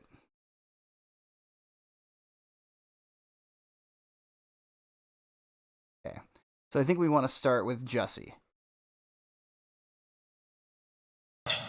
They're so tight-knit, but you have to live with the fact that you really put them through a ringer. Hoaxing and faking. And I've sentenced you as I have, handling the appeal for the appellate court. Yes, Ms. Widow. The defense would wish to present a motion to reconsider sentence. Okay, so maybe it's right before he stands up. Here we go. To do those things, you need to file a notice of appeal in writing within 30 days. You may also file a motion to modify your sentence, which would have to be filed in writing within 30 days. Anything not stated in those filings are waived for purposes of appeal. If you cannot afford lawyers or transcripts, they would be provided for your charge. Do you have any questions? No, I would just like to say to Your Honor that I am... Let's see. I might have to crank the audio here. I am not suicidal. That's what I was about to say. Okay. I am not suicidal. Okay. I am not suicidal. I am innocent, and I am not suicidal. If I did this, then it means that I stuck my fist in the fears of black Americans in this country for over 400 years and the fears of the LGBTQ community. Your Honor, I respect you and I respect the jury, but I did not do this. And I am not suicidal. And if anything happens to me when I go in there, I did not do it to myself. And you must all know that. I respect you, Your Honor. I respect your decision. Jail time, I am not suicidal. Okay. Mr. Uche, let me inquire, are there any post-sentencing motions? So we'll start with that. Let me inquire one more time. Mr. Smollett. My end, so I can hear it a little better. Opportunity to say something. If you'd like to say something and you have an opportunity not to say something, it's up to you whether you say something or not. But here's your chance if you do. Judge, I've spoken to my client. He, as I pointed out and Ms. Landian pointed out, has very serious constitutional technical issues and many more issues, substantive issues with this case. As a result, I've advised him not to make any allocution based on his appellate rights at this time. Well, you may give him advice, but I need to hear from Mr. Smollett directly because it's his decision. So, Mr. Smollett, do you want to say something or would you rather not say anything? That's fine. All right. All right, we're at the end of the road here. This matter has been pending in the criminal justice system for 3 years, approximately. It's been approximately 2 years on this particular docket. The original indictment that was returned by the Cook County State's Attorney's Office. There was a quick dismissal that occurred in this case that caused tremendous consternation in the community, and to this day is a basis of great confusion and misunderstanding and mistrust. In any event, some things happened after the first dismissal, the only dismissal on the case after the first indictment. People were very upset. One person came forward in particular, and that person, of course, is Sheila O'Brien. Sheila O'Brien is a former retired appellate court justice in the state of Illinois. She came to court as a common citizen without credentials, just by herself, and she said she had a grievance, and she wanted her grievance heard, and she thought that with the handling of the case by the State's Attorney's Office of Cook County was so upsetting that she was losing sleep, and she explained in her petition all the reasons that she thought that a special prosecutor had to be appointed, not to necessarily indict or do anything in particular, but just to look at this and give it a fresh look because something appeared to be wrong. The case ultimately got assigned to Judge Michael Tuman, and I can say that among his peers, among his fellow judges, Michael Tuman is considered cream of the crop. He's a long-standing veteran judge, been a judge longer than I've been a judge. He sat in this building for many years. He sat on the appellate court of Illinois. He's the current head of the juvenile justice system. He has been a long-standing judge who has a reputation for knowledge, integrity, honesty, and always knowing what the right thing to do is. He took this matter under advisement and hearings were conducted. And after all these hearings were conducted and he listened to both sides, he heard from the State's Attorney of Cook County, he heard from Ms. O'Brien, he recognized that there was confusion in the public, there was concern, that the confidence in the criminal justice system locally here was at risk and may have been damaged, and that the case required a second look. Michael Tuman, in his wisdom, sought out the proper, what he thought to be the right person to address this, and he identified Dan Webb and the Winston Strong law firm as the people that might be able to take on the task. Dan Webb and Winston Strong agreed to take on the task, and as I already indicated, they did this pro bono, which means they did it for free. I don't know that at the time they signed up for this, that they had any idea that it was going to be as work-intensive as this case has become. This case took several years, and we were slowed down by COVID a little bit, but the amount of pretrial motions that were filed were exhaustive. I have never, other than death penalty cases, which I used to preside over, seen anything like the extent of filing pretrial motions. And I'm not faulting the defense for filing many motions. I will just say that this case received as much attention and was gone over every little bit of it by a fine-tooth comb as thoroughly as any case I've ever seen before. The stacks of pleadings are high. I've got stacks on my desk that are unprecedented. And we had to wade through all of them, and it took a long time to do that. And there was a tremendous amount of attorney manpower and billable hours that were lost by the Winston Strong firm. And they did it selflessly. They did it because they thought they needed to do the right thing. All I can say as a member of the judiciary, thank you, because that was very, very extraordinary. And I have no idea what the amount of billable hours are, and I can only imagine, but I think it is huge and truly significant. In the end event, what happened here is that after Mr. Webb and his team reviewed the case. They had several assignments, one of which was to look into the conduct of the State's Attorney's Office, and they returned a report to Judge Tooman about that, their findings about that, another about the Chicago Police Department and their handling of the case. They did that.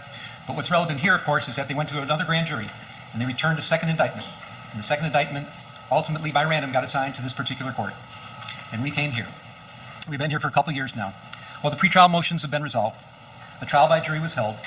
The defendant was found guilty of 5 to 6 counts of felony disorderly conduct, Class 4 offenses. Our post-trial motions have now been resolved. The pre-sentence investigation has been completed, and we're at the final step of proceedings on the trial court level of the criminal case, and that's sentencing. Let me talk first about the sentencing range, because I think there may be some misunderstanding, at least how the court assesses the sentencing range. This is a Class 4 felony. This is the lowest class felony in the state of Illinois. I will note that legislatures throughout the country, in Illinois in particular, have constantly cut into judicial discretion and forced us to have mandatory sentencings under different circumstances. And we have to do this and we have to do that and try to have some kind of cookie-cutter justice. But that does not exist in this case for me. I am left unfettered. Under Illinois law, the range of sentence in this case is as follows. Mr. Smollett is looking at a probationary term of up to 30 months. He can receive time in the county jail as a condition of probation of up to 180 days. He can be ordered to perform community service, ordered to participate in behavioral classes, ordered to pay restitution, ordered to pay a fine. He's also subject to a penitentiary sentence of what I find to be 1 to 3 years. Now there's talk about, well, what about 5 counts? Shouldn't he be at least eligible for a 15-year sentence?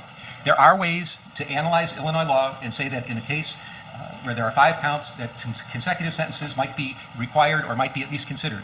I don't believe that I could ever make the findings that are necessary in Illinois law, and I'm not going to have a long dissertation about it, but I don't think those findings would apply. I don't think Illinois law, for the facts I have before me, would allow for consecutive sentences. So as far as I'm concerned, the penitentiary sentence, should there be one, would be 1 to 3 years. I'm mindful that there's acute public interest in this case. We have television cameras. They want to be here, and they are here. People are watching. People seem to care passionately for varieties of reasons about this case, and the reasons are many. And let me be clear that the sentence that I put down today and render down to Mr. Smollett is not in any way, shape, or form to assuage any public sentiment in any form at all. I'm listening to things that were brought to me in court today, things people that have participated in the aggravation and mitigation portions of the presentation today, but this is not for the public. The sentence that's going to be rendered today is going to be strictly for Mr. Smollett. It's going to be fashioned for him. And when a judge sentences somebody, and I've been doing this for quite a while now, you have to look at both the crime that was committed and the person that committed it. How did the person get here? Who is this person? What is the crime? You put them together, you look at the sentencing range, and you try to find something that is just and fits and makes sense. And that is. So I'm going to let this keep playing, because at the very least, he did deserve to get lectured by a judge, to be brought forth and read his list of misdeeds.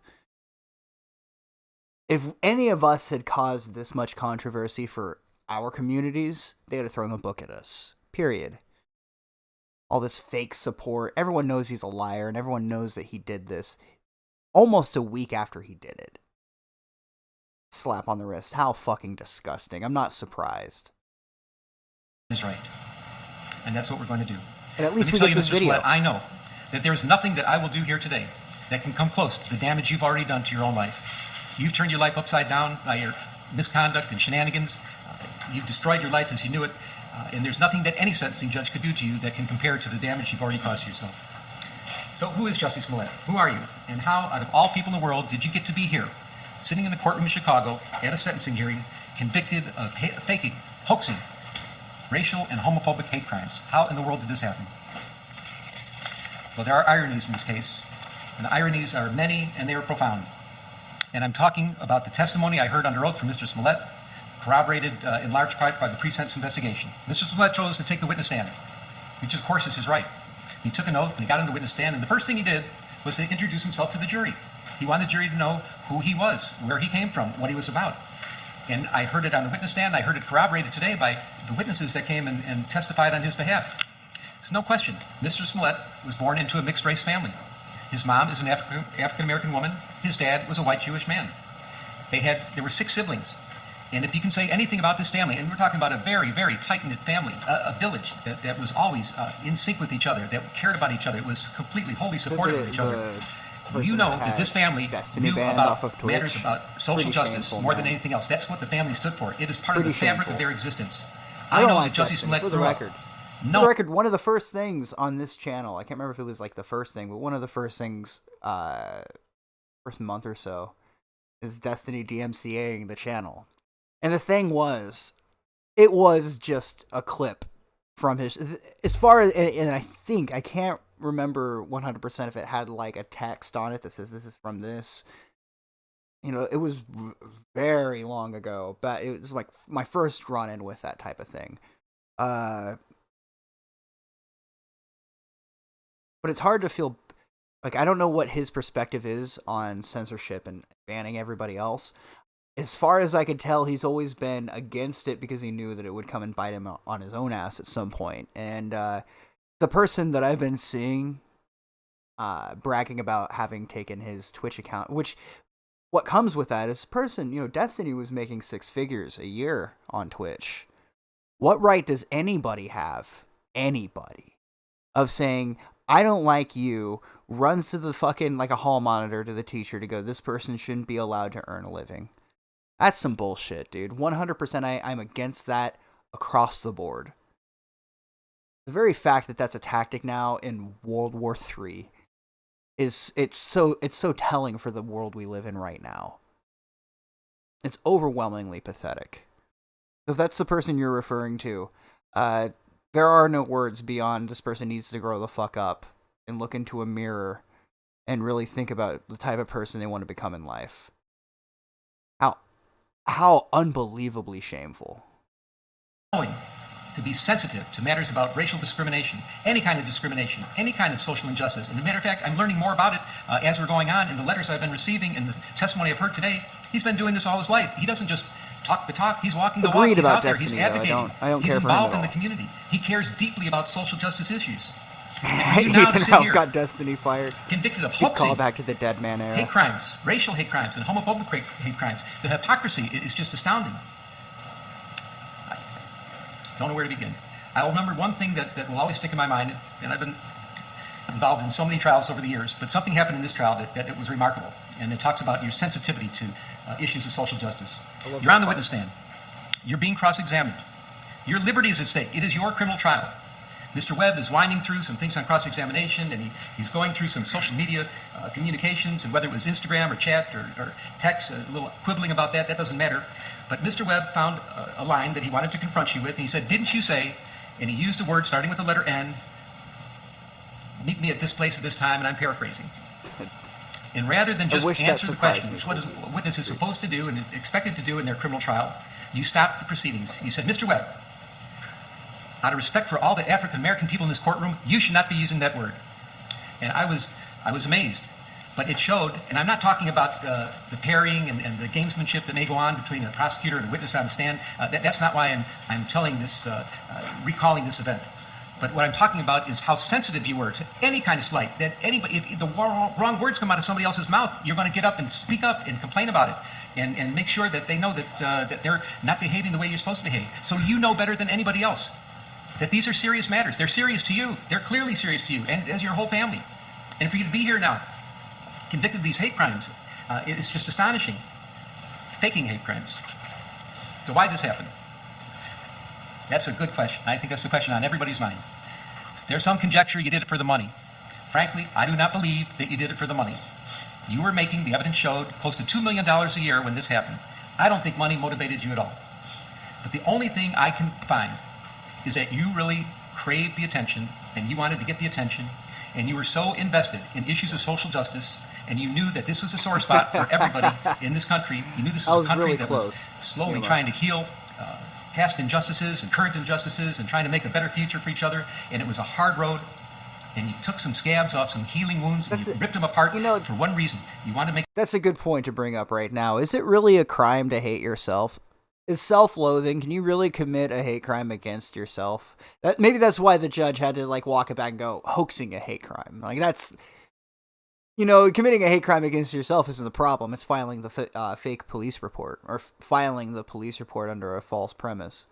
Make yourself more famous, and for a while it worked. Everybody was talking about you. The lights are on you. You were actually throwing a national pity party for yourself. And why would you do such a thing? Why would you, I understand, you crave the attention so much, but why would you betray something like social justice issues, which you care so much about? And the only thing I can conclude is that, and I acknowledge, there are wonderful sides to you. They're very giving and charitable and loving sides to you, but you have another side of you that is profoundly arrogant and selfish and narcissistic. That's the only thing that can be concluded. And that bad side of you came out during the course of all these events. Let me talk about hate crimes for a minute. I've been a criminal judge for many years. I mean, you couldn't get more fair than this. Testify in front of me. And any victim of a crime, no matter what the crime is, they are demoralized by what happens to them. It doesn't matter if you're injured unjustifiably, if somebody hurts you, and maybe cripples you or damages you in some fashion that's going to be like, imagine being pissed off at having, like, this light of a sentence and, you know, getting slapped on the wrist like this and it still not being enough. You know, you still had to show up to the court. It still had to be a thing. Well, it wouldn't be a problem if you didn't, like, conspire, literally, to label your own community as a bunch of hateful bigots. Like, fuck you for doing that. What an asshole. I mean, if you really care about your community, for somebody who talks, I'm sure he's one of those people. He's sure as hell using them as shields right now. But I'm sure he's one of those people that brings up all the, oh my god, look at what gets done to the black community and blah, blah, blah, blah, blah. You think this is fucking helping, man?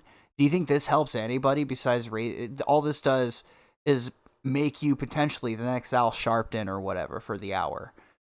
For, as long as everybody can remember who the fuck you are before the next thing happens.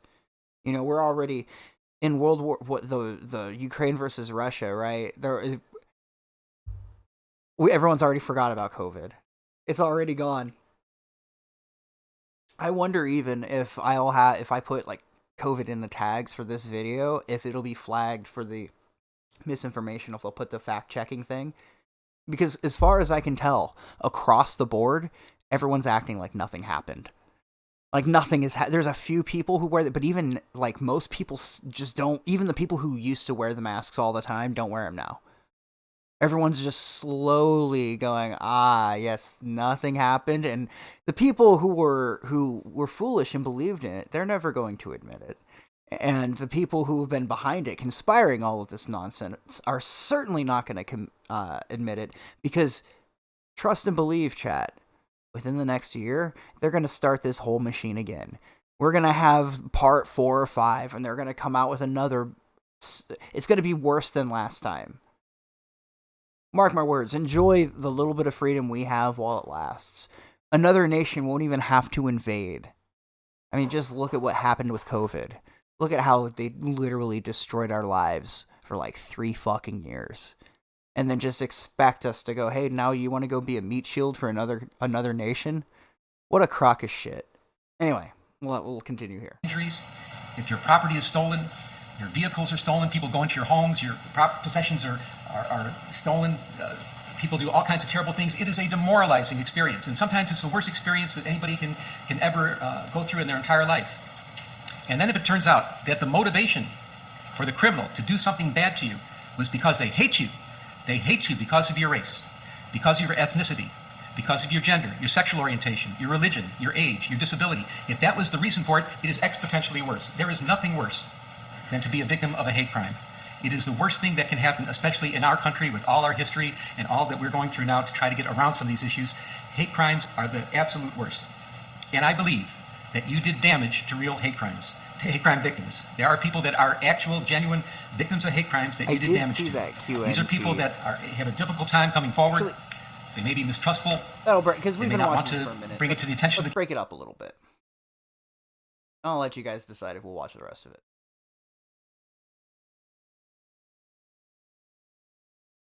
He showed up. Okay, so a fella in chat here said, hey, did you see Justin Trudeau show up to the EU and just get grilled? And yeah, they told him he was like, I forget exactly.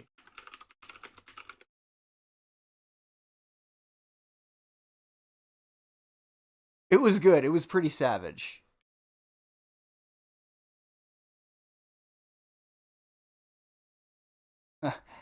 Isn't it funny how you try to find certain things and it's really like they don't want you to see it? Like, oh, this clip doesn't pop up at all. Oh, yeah, so you're telling me people aren't watching this. Okay. I'm sure nobody's watching this right now.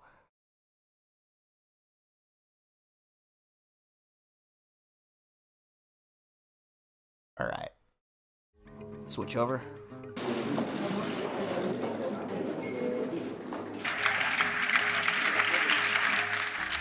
Boo. Boo. Mr. Trudeau, you are a disgrace for any democracy. Please spare us your presence. Short and to the point. You're a disgrace to all democracies. Let's go ahead and play that. I wish it was... She should have used her opportunity to go even further. Like, no, let this guy know. Oh, I came here for a photo op? Mr. Trudeau, you are a disgrace for any democracy. Please spare us your presence. It's not even like Prime Minister Trudeau. Mr. Trudeau, you're like, perfect. I could not have said that better myself if I tried. No, you know what? I'm still gonna go for it though. Let's go for gold.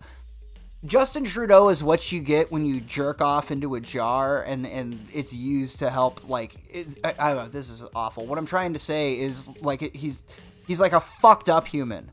There's like something that happened in the process of conception that allowed this fucking homunculus alien man to, like, crawl out into our mortal coil and shame us with his presence and his existence. He is a man that by his very being lowers the bar and the standard of what it means to be a human being. He's somehow less human than Mark Zuckerberg. Imagine crowning yourself Grand Chancellor of Canada and still being this much of a bitch.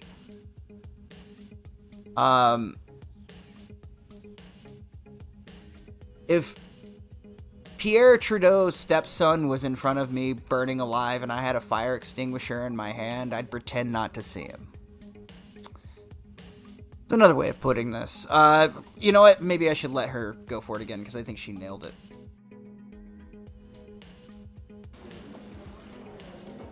It's called being French Canadian, exactly.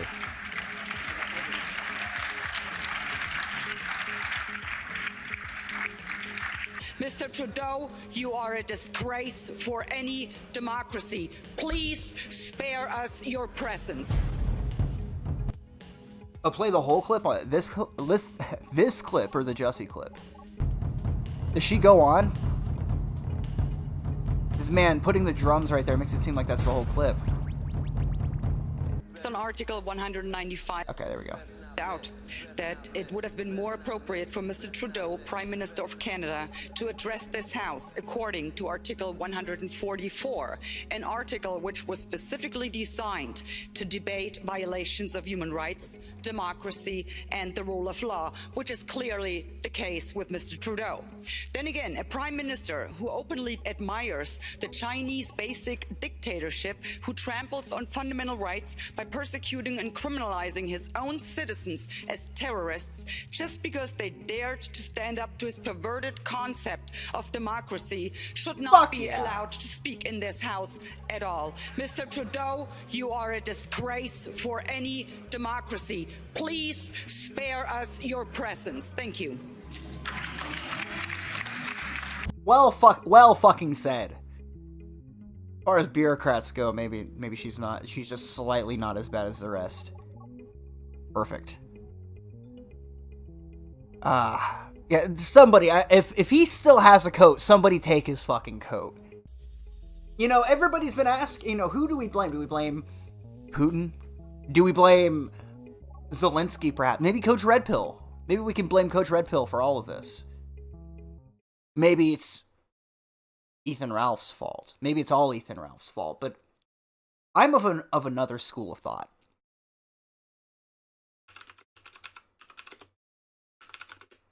I believe that we exist in a world where troublesome things like blaming ourselves are far beyond us. So I think it's time for us to accept there's only one person to blame for all of this. The times have changed. Our kids are getting worse. They won't obey their parents. They just want to fart and curse. Should we blame the government, blame society, or should we blame the images on TV? No, blame Canada. Blame Canada for their beady little eyes and flapping heads full of lies.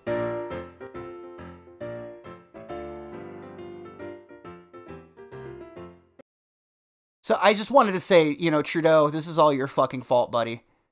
Maybe if you weren't such a pathetic human being, none of us would be here. So we have you to thank for all of this. Justin, thank you.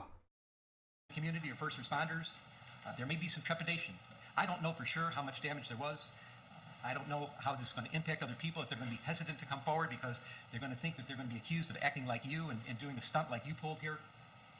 I don't know if first responders are going to be more doubtful and skeptical of people that come forward, real victims of hate crime, because of what you did here. I'm hoping it's not that way. Now I'll show one of the ironies. Pathetic homunculus. I like that. And I find this pretty profound. I got letters from people that advocate about victims of hate crime their entire lives. They devote their lives to this. I'm talking in particular Derek Johnson. Yeah, he's walking on eggshells. Isn't that something? Reverend A judge. Jussie Jackson. He's an icon here in Chicago. No introductions necessary. They devote their whole lives to addressing issues about social injustice and hate crimes. And they are here today Morning, Space asking Jew. me to show you mercy. And I take that seriously. I find it profound. I take it seriously. And I know that they're in a better position than myself to educate the public about that topic, about the damage you've done to real victims of hate crime. And I am confident that because of all the attention that you've garnered here on this case, that they are going to seize the opportunity and they will educate the public and they'll be talking about this and they'll try to mitigate some of the damage that you've caused to real victims of hate crimes, and they're better positioned to do it than I am, and I will defer. But I will acknowledge that you have done some real damage.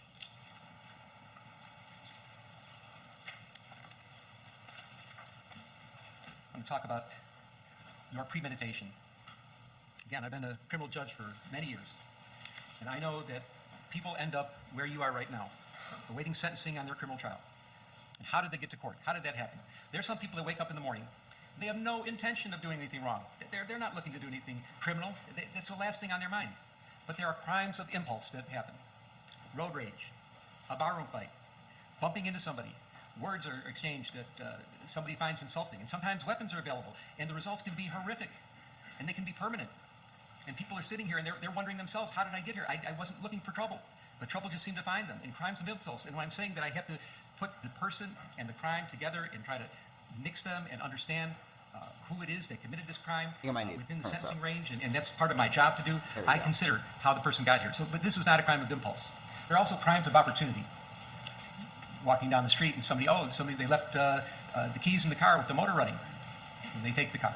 Or they're in the department store and they see someone put the credit card on this side and they go to adjust their baggage on the other side and grab the credit card. Those are crimes of opportunity. They didn't wake up thinking they're going to commit a crime, but something just looked too tempting to them. They use very bad judgment, and then they get in trouble, they get caught, and here they are. But then there are crimes of premeditation. Mr. Smollett, that's what you are all about here, crime of premeditation.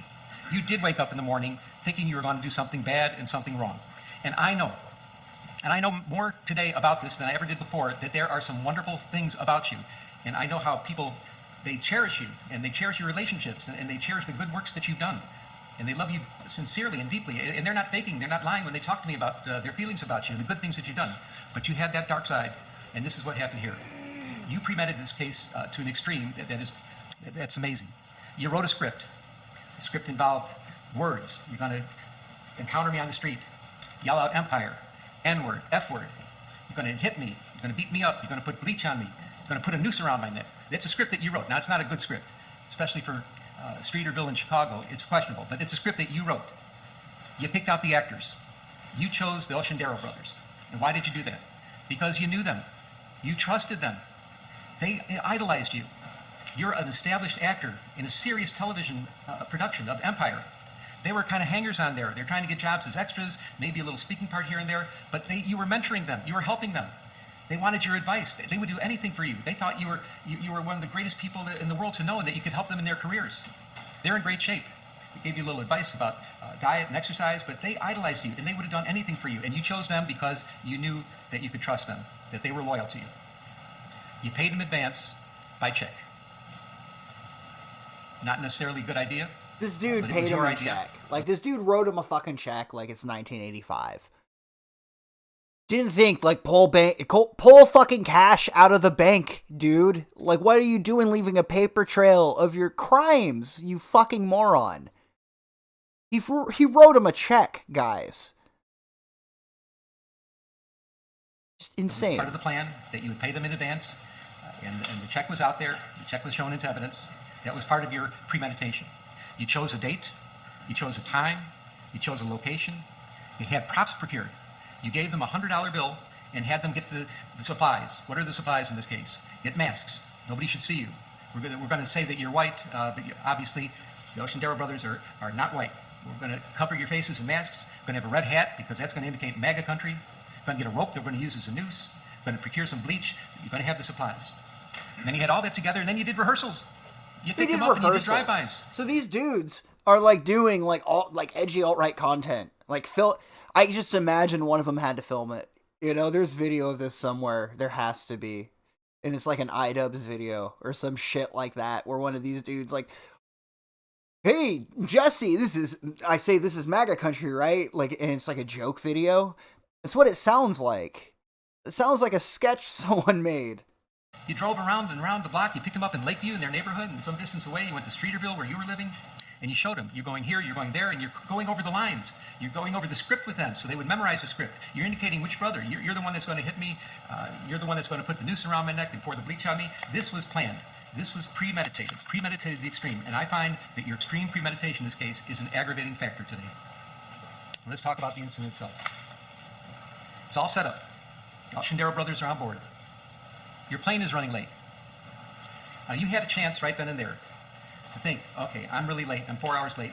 This can't go down. It's freezing in Chicago. We're on the verge of a polar vortex. You might have just thought about it and said, you know, maybe it's not in the cards. Maybe the karma's wrong. I shouldn't be doing this. But no. You double down. You start communicating with the brothers through social media. Now, whether it was by texts or chats or Instagram, public or private, one way or another, you kept in touch with them. And there was some quibbling about the specifics about how you kept in touch with them. But they knew what time you were coming in. And now the time is pushed back to 2 o'clock in the morning in the freezing cold weather. It's double digits below zero at 2 o'clock in the morning. You have to have a reason to be out on the street. And the reason you chose is you come up with the story that you needed to get some eggs at Walgreens at 2 o'clock in the morning. If not that, you're going to go to Subway and get a sandwich and a salad and get something to eat at 2 o'clock in the morning in the freezing cold. You did one more thing. You got the Ocean-Darrow brothers. Now they're on board with you. You're using them as your patsies. You have your friend, you get your friend Brandon on the phone, and here's a man, professional man that's trying to help you in your career. You're not sure what town he's in, if he's in Australia or not, but you get him on the phone, and he's going to be your patsy also, because he's going to listen and be around on the phone to hear that you're being attacked by somebody. Now, he doesn't know what's going on, that it's really not an attack, but he's going to be able to corroborate your story. So you're getting that together. You got Brandon on the phone, you're out on the street, ostensibly to get some Subway, you get some Subway, and you're walking to where this is supposed to take place. Now, the Ocean-Darrow brothers, they're getting ready too. And they're doing this because you wanted them to do it on the sneak. No cell phones involved. Make sure nobody sees you get there. And what they think is some kind of clever way of getting there, they have an Uber pick them up from their home in Lakeview. They take the Uber to Old Town. It's a different neighborhood. They get out of the Uber and they get into a cab. Now the cab is supposed to go to Streeterville, but not to the scene where this is supposed to happen, a few blocks away. So nobody actually sees them get out of the cab, and this works out the way you want it to work out. So they get there a little early. They're walking around. They're sitting on a bench for a minute. But at 2 o'clock, the time that you said this is supposed to happen, at the place you said it was supposed to happen, at the moment you said it was supposed to happen, they appear. So you're talking to Brandon on the phone. You have your Subway in hand, and they follow the script. Hey, Empire. Word with the letter N. Word with the letter F. There's a scuffle. Even a judge can't say these words. Brandon's Insane. listening to this. They attempt to put a noose around your neck during the scuffling. You're getting a little abrasion and scrape on your face. A car goes by, and the brothers take off. They leave. They never did get the noose around your neck. So what do? You gather your belongings. You get the cell phone. You're talking to Brandon. Hey, did you get jumped? Yeah, I got jumped. I got mugged. Did you hear what happened? You're trying to make sure that he heard the words that were spoken. You grab your food, and you took the noose that they never did get around your neck, and you put it around your own neck. I repeat, you put the noose around your own neck. I repeat, you put the noose around your own neck. Your Honor, I rest my case. Well, in this case, he is the Honor, but I mean, still. That soundbite He looks at Jussie right into his eyes and says, "You put the noose around your own neck." I'm going to let that Around your own rewind neck. it. I repeat, you put the noose around your own neck. Shakes his head. You go home. I love that. I'm going to let it play one more time just because it's that silence with him shaking his head.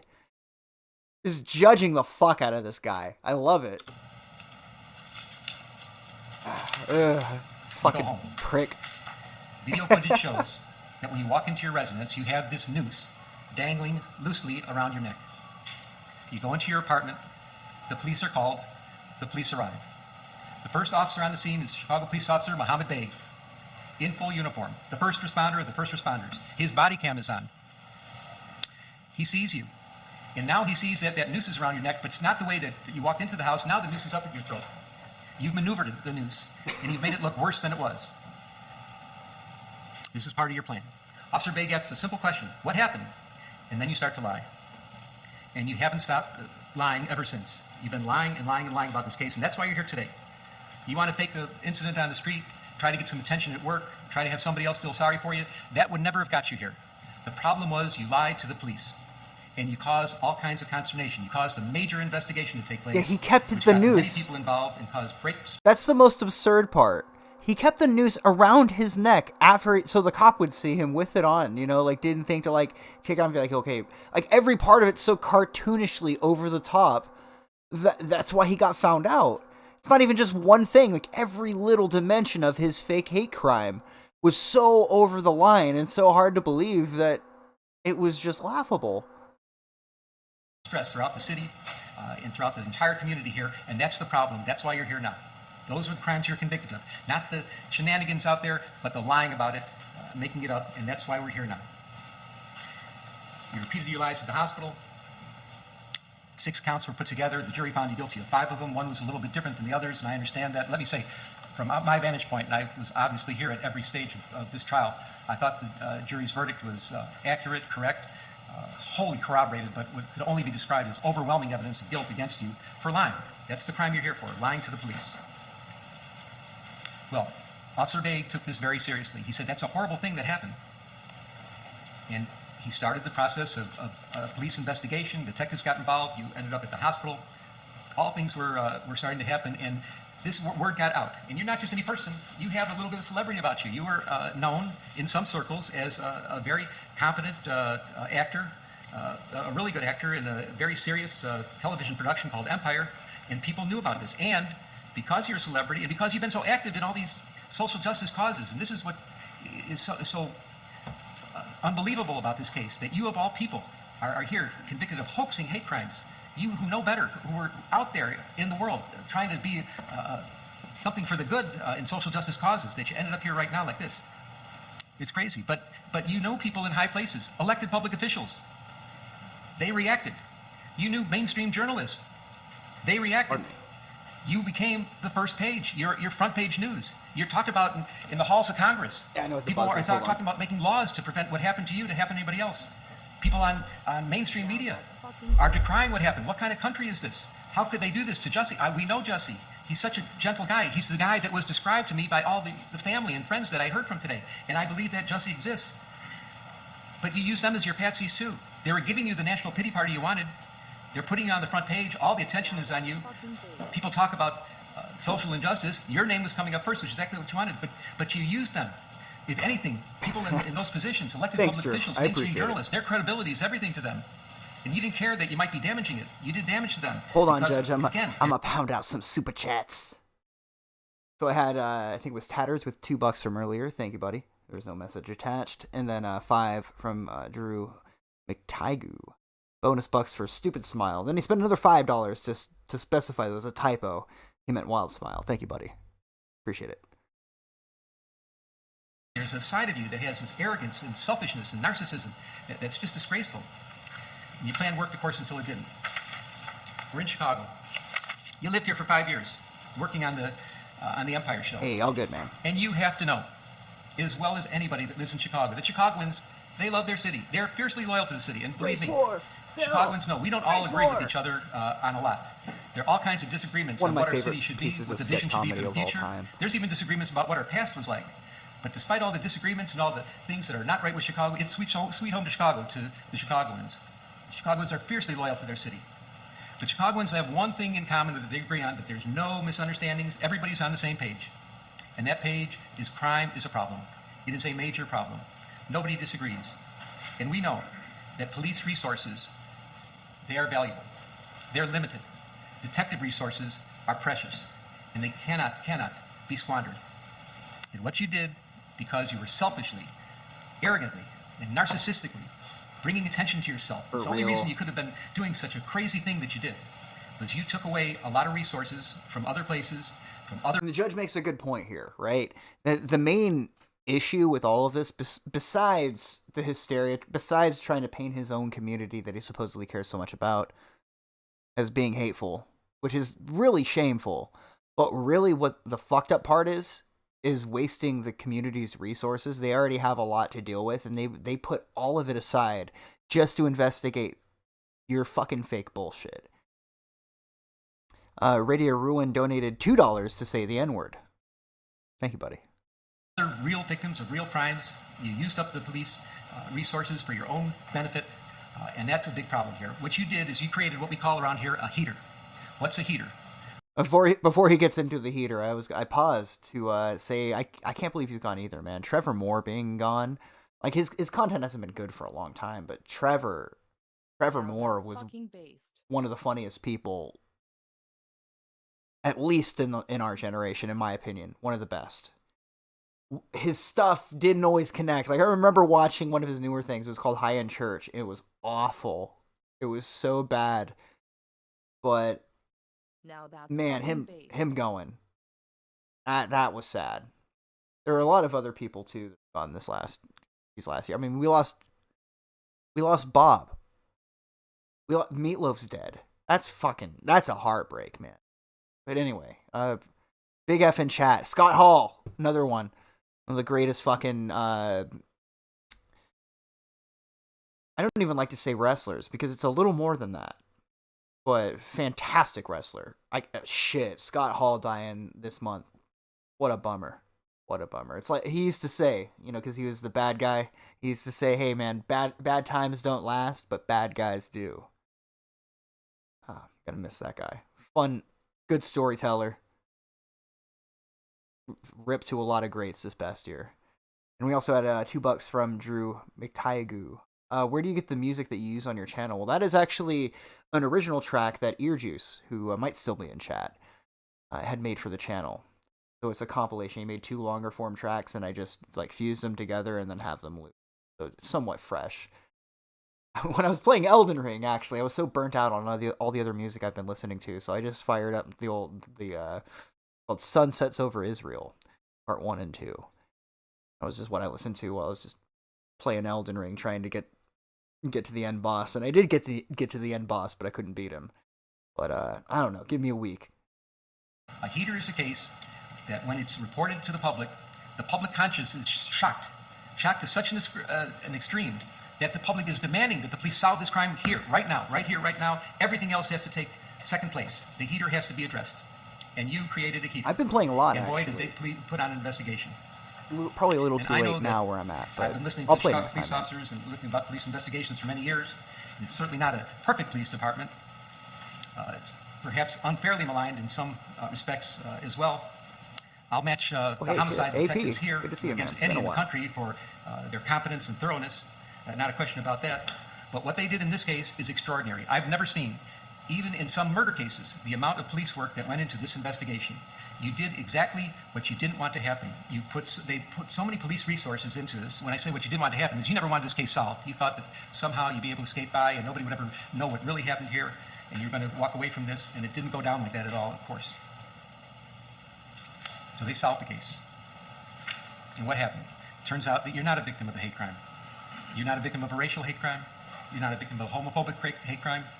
You're just a charlatan pretending to be a victim of a hate crime.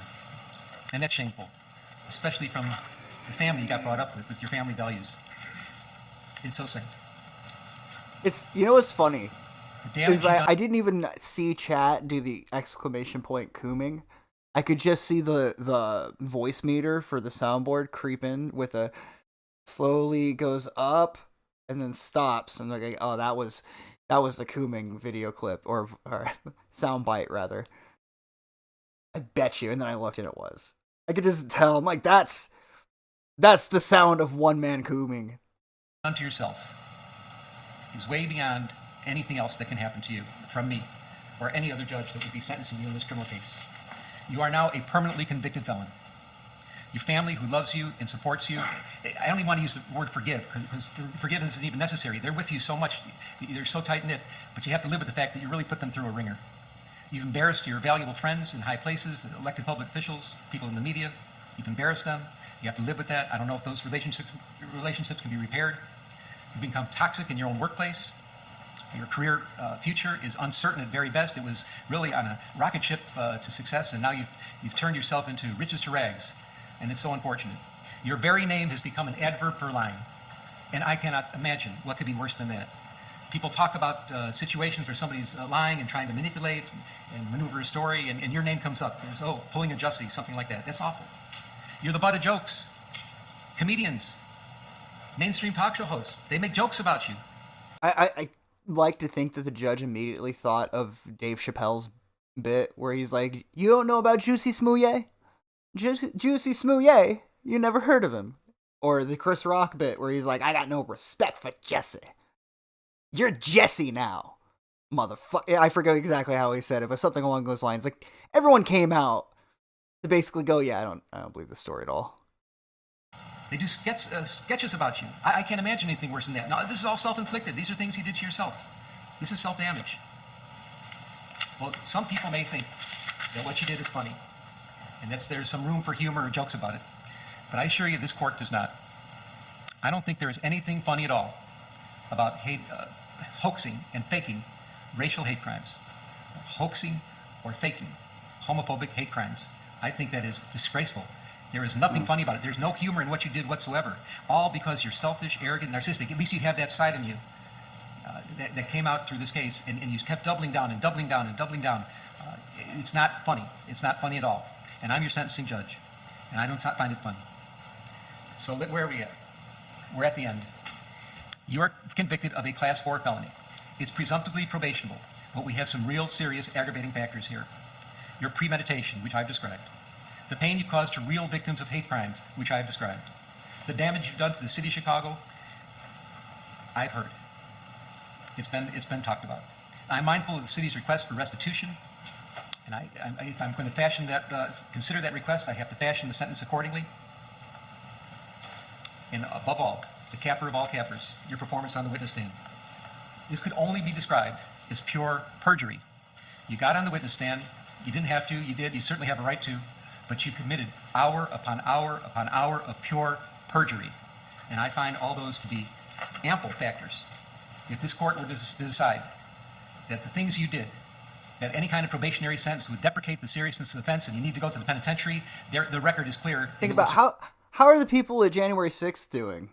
The insurrection we've heard so much about.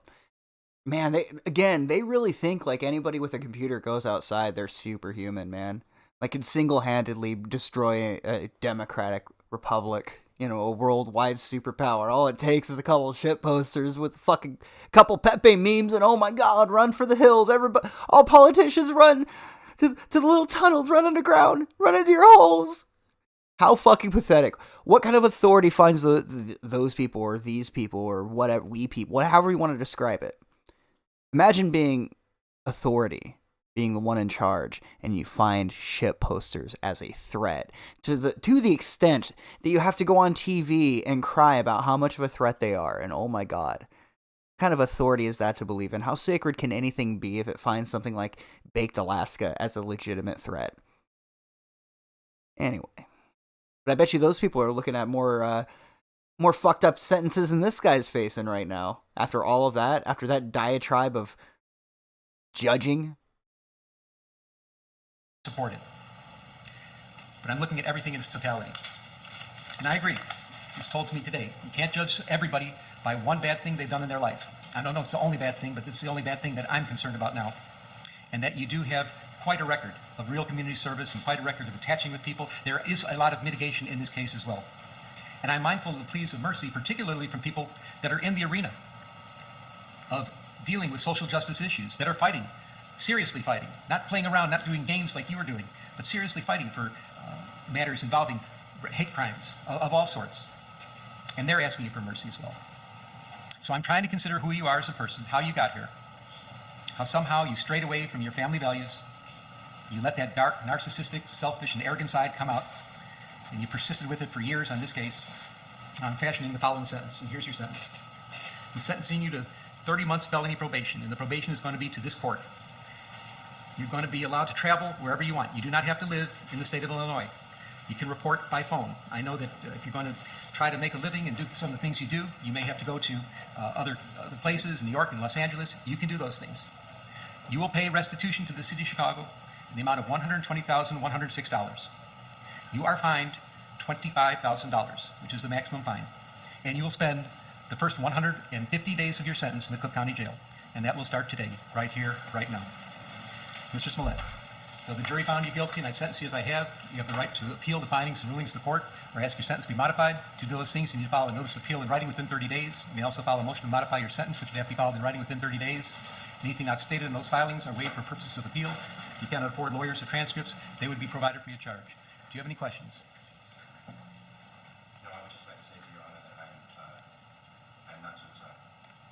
That's what I would like to say. Okay. I'm not suicidal.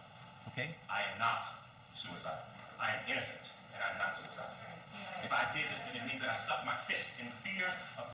So he continues, we saw that part earlier, but he continues to insist, even though there's copious amounts of evidence against him. The judge told him he was in perjury the entire time and insists, not only am I not suicidal, but also I'm innocent.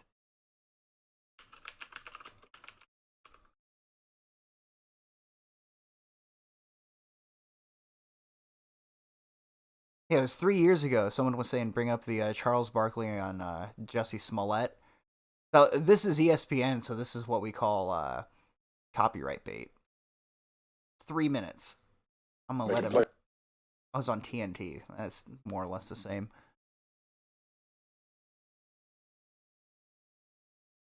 Let's go on the wall. And the Sacramento will. The Sacramento will. Don't you want to say what you had to say? Yeah, I was going to go with Houston as Ernie goes over there. I was going to talk about Ernie. What's the most ridiculous one over there that's still living that you would say has no chance of happening? Two black guys beat the black guy up. And have a black guy. Sorry, speak it out loud. That's not on here, man. The Clippers will not make the playoffs. And paying with cash. You paying with cash or you right? All right, I think that's enough. That's enough for me anyway. So where does that leave us, chat? Where does that leave us? Can I breathe? I can't breathe though. I'm still wearing the mask. Are you even a country anymore? Probably not.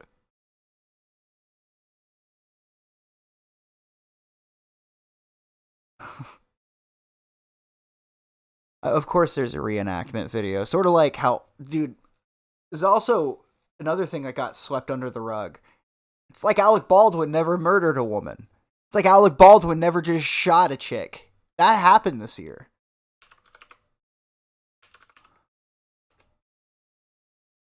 But he really doesn't like Trump, guys, because he's mean on the internet.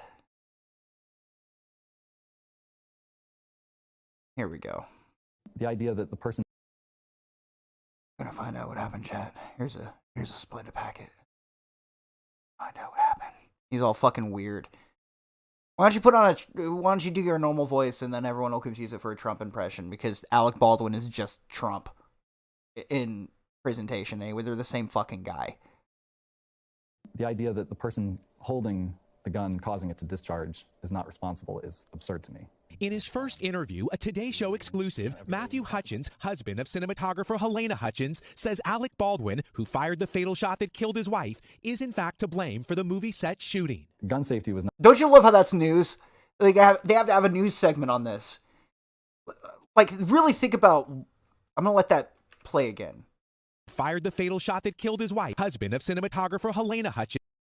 The husband of so-and-so claims that the man holding the gun that went off that shot his wife was responsible for the murder. Like, of fucking course. Like, why do you have to deliver it with a fucking shitty, sanctimonious, like, news anchor tone like that? He was holding the gun, like, how is he not just, he shot this chick. That's what happened. We could get around the fucking semantics of the trigger, whether I didn't pull the trigger and blah, blah, blah, blah, blah, but he shot this chick. Full stop. Just shot a chick in broad daylight. Says Alec Baldwin, who fired the fatal shot that killed his wife, is in fact to blame for the movie set shooting. Like, listen to that. What kind of fucking... We aren't even in clown world now. We're in fucking Circus City. No exclusive, Matthew Hutchins, husband of cinematographer Helena Hutchins, says Alec Baldwin, who fired the fatal shot that killed his wife, is in fact to blame for the movie set shooting. So, what they had to go. Husband of victim alleges that man who shot his wife is to blame for her death. Like, you see that and go, what do you mean alleged? What do you mean alleged? How many dicks did Alec Baldwin suck at MSNBC HQ? Why are you protecting this dude so much? He's an actor. Who gives a fuck? He murdered a woman. Put his ass in jail. Or hang him. Whatever it is you do in your state. What a fucking joke. The news say, well, this man says that the man that shot his wife dead is to blame for her murder. Well, no fucking shit. Gun safety was not the only problem on that set. There were a number of industry standards that were not practiced. It might not be the gun's fault. That's a good point. Multiple responsible parties. In the extensive interview with Hoda Kotb, Hutchins, who's filed a civil suit against Baldwin and others on the production of Rust, says he watched Baldwin's interview in terror as he recounted in detail Helena's death and deflected blame. I feel that someone is responsible for what happened. Turn it on. And I can't say who that is, but I know it's not me. Watching him, I want to see the cry. Come on. Just so angry. Show us the fake tears talk again. About her death so publicly, in such a detailed way. Give us the humor. And then to not accept any responsibility after having just described killing her. 4 months after the shooting, Hutchins recalled telling his 9-year-old son his loving mother was never coming home. Hutchins also remembers embracing Baldwin amid a swirl of emotions when first arriving in Santa Fe, well before the actor spoke publicly. He said essentially he felt grief but no to be guilt. Fired. Most guns act alone. Almost sounds like he was the victim. Yeah. And that's exactly what's so disgusting about it. In the interview and shift responsibility to others and seeing him cry about it, I just feel like, are we really supposed to feel bad about you, Mr. Baldwin? Yeah, this whole thing's about him. You see, what you don't understand is he's above, he's a first-class citizen, and you're like a peasant, and you're just barely better than the rest of us in his mind. So, the death of your wife, your loving wife, is an inconvenience for his career. Do you not understand how much sorrow that might...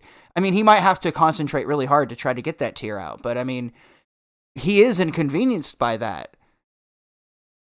Is anybody going to try to say that he wasn't? Okay, he is the victim. And he's a victim that matters. You're a fucking peasant, just barely, like, you're like a stage 2 peasant. You're just barely above where we're at, only because you service the entertainment industry, So you nor I, Mr. Grieving Husband, we're not on his level. Only his inconvenience matters more than the life of your wife. I mean, if that's not at display right here with the premise of this entire interview, I don't know what else could make it more clear. Hutchins wouldn't say if Baldwin should be criminally charged. He wouldn't say. To the DA. Lester? All right, Miguel, thank you. You can watch much more of Hoda Kotb's exclusive... He wouldn't say. He was afraid by being punished by litigation, punished by a wealthy, influential man. That he wasn't able to seek justice for the murder of his wife. Because Alec Baldwin matters more than the rest. His inconvenience is more important than the lives of us, any one of us. Isn't it fucking gross? It's so goddamn disgusting. I've never seen something like, it's like every month a new thing comes out to make me realize that I can still just feel sick to my stomach when I read shit or see shit. When I saw Alec Baldwin pretending to cry as if, like that man said, as if he was the victim, as if he's the one that should be like on TV crying, using this woman's life as an opportunity to show everybody how like heartfelt he is. No one buys it either. Even people I know that are, I guess what they call around here normies, they saw that shit and were like, that guy doesn't give a fuck about anyone but himself. He's a fucking sociopath. You could tell. The layman looks at that guy and goes, he's a monster. That man's a fucking monster. I'm not a betting man, but I'd throw $10,000 that there are some skeletons under that man's porch. That man has murdered something in order to see if he could feel something. He's one of those people. One of those edgy teenagers that never really grew up. Sort of like a Ted Bundy type. Again, I don't know this for sure. It's just if you were a betting man, this is what my intuition tells me. It is that he's a person that over the years, he's had no resistance. He's a powerful. So he has to keep pushing the limits. And he finally murdered a woman. And he still didn't feel anything. But he felt inconvenienced that his career might be over. So he was able to pull out a fake tear. His Instagram videos. Yeah, the Splenda packet. We watched that on one of the streams. That was so bizarre.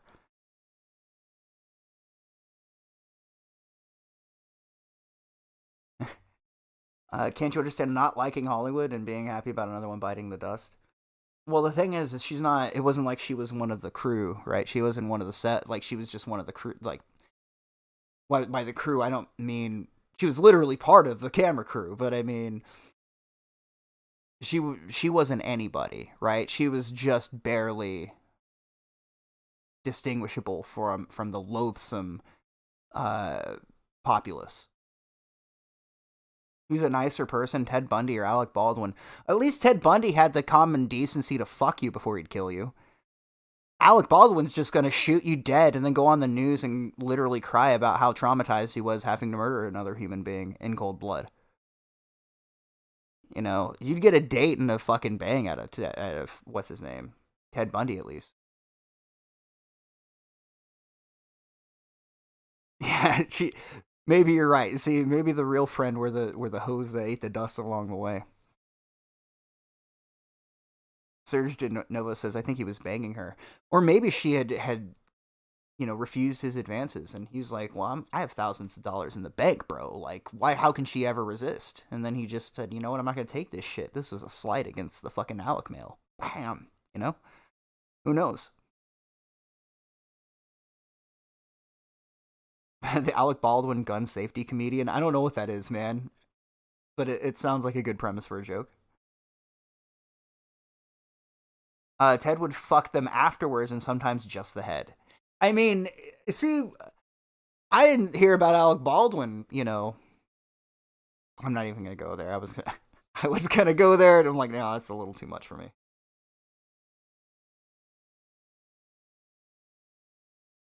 Oh, dude, no, I think he felt slighted by her turning him down. That's my hot take.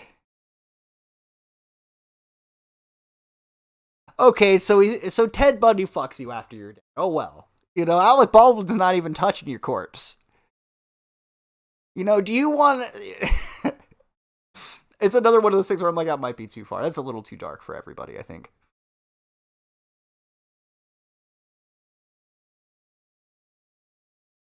Alec Baldwin never gave me head, right?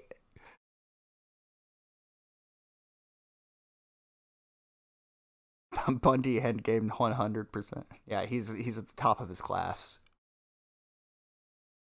Dude, people heard about the crazy shit he did and still sent him love letters while he was in prison. Nuts. Probably too old for Baldwin. Alright, guys, let's go through my notes. I mean, there are a few other things we could bring up, but a lot of them are just small. I love how I put Boogie died due to fatness in these notes. I don't remember writing that, but that's funny. There doesn't seem to be much else. The Redditors going to Ukraine has been a funny meme, though. I'm not sure if you guys have seen the people from Reddit, like, saving their money instead of, maxing out their credit to donate to Bernie Sanders. Now they're maxing out their credit to go fight in Ukraine, making them effectively war criminals.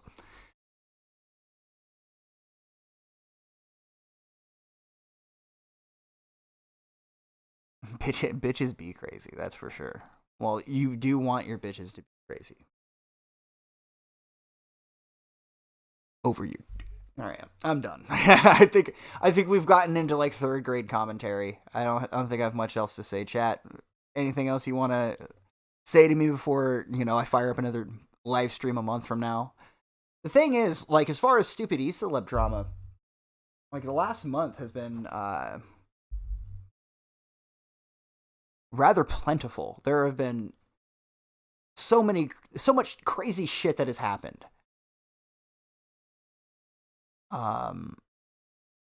I think somebody got swatted recently. Nick Rikita got swatted recently.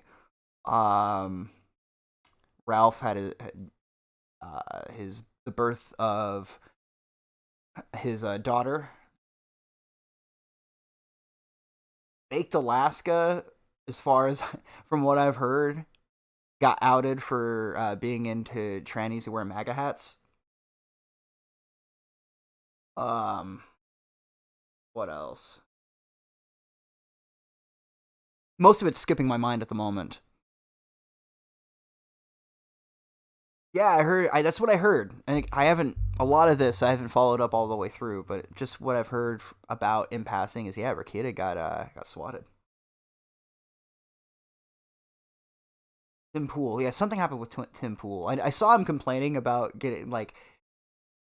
Something about going to a diner and getting told, like, to fuck off. And, like, we don't take reservations. And then somebody else came through and they just brought him right in.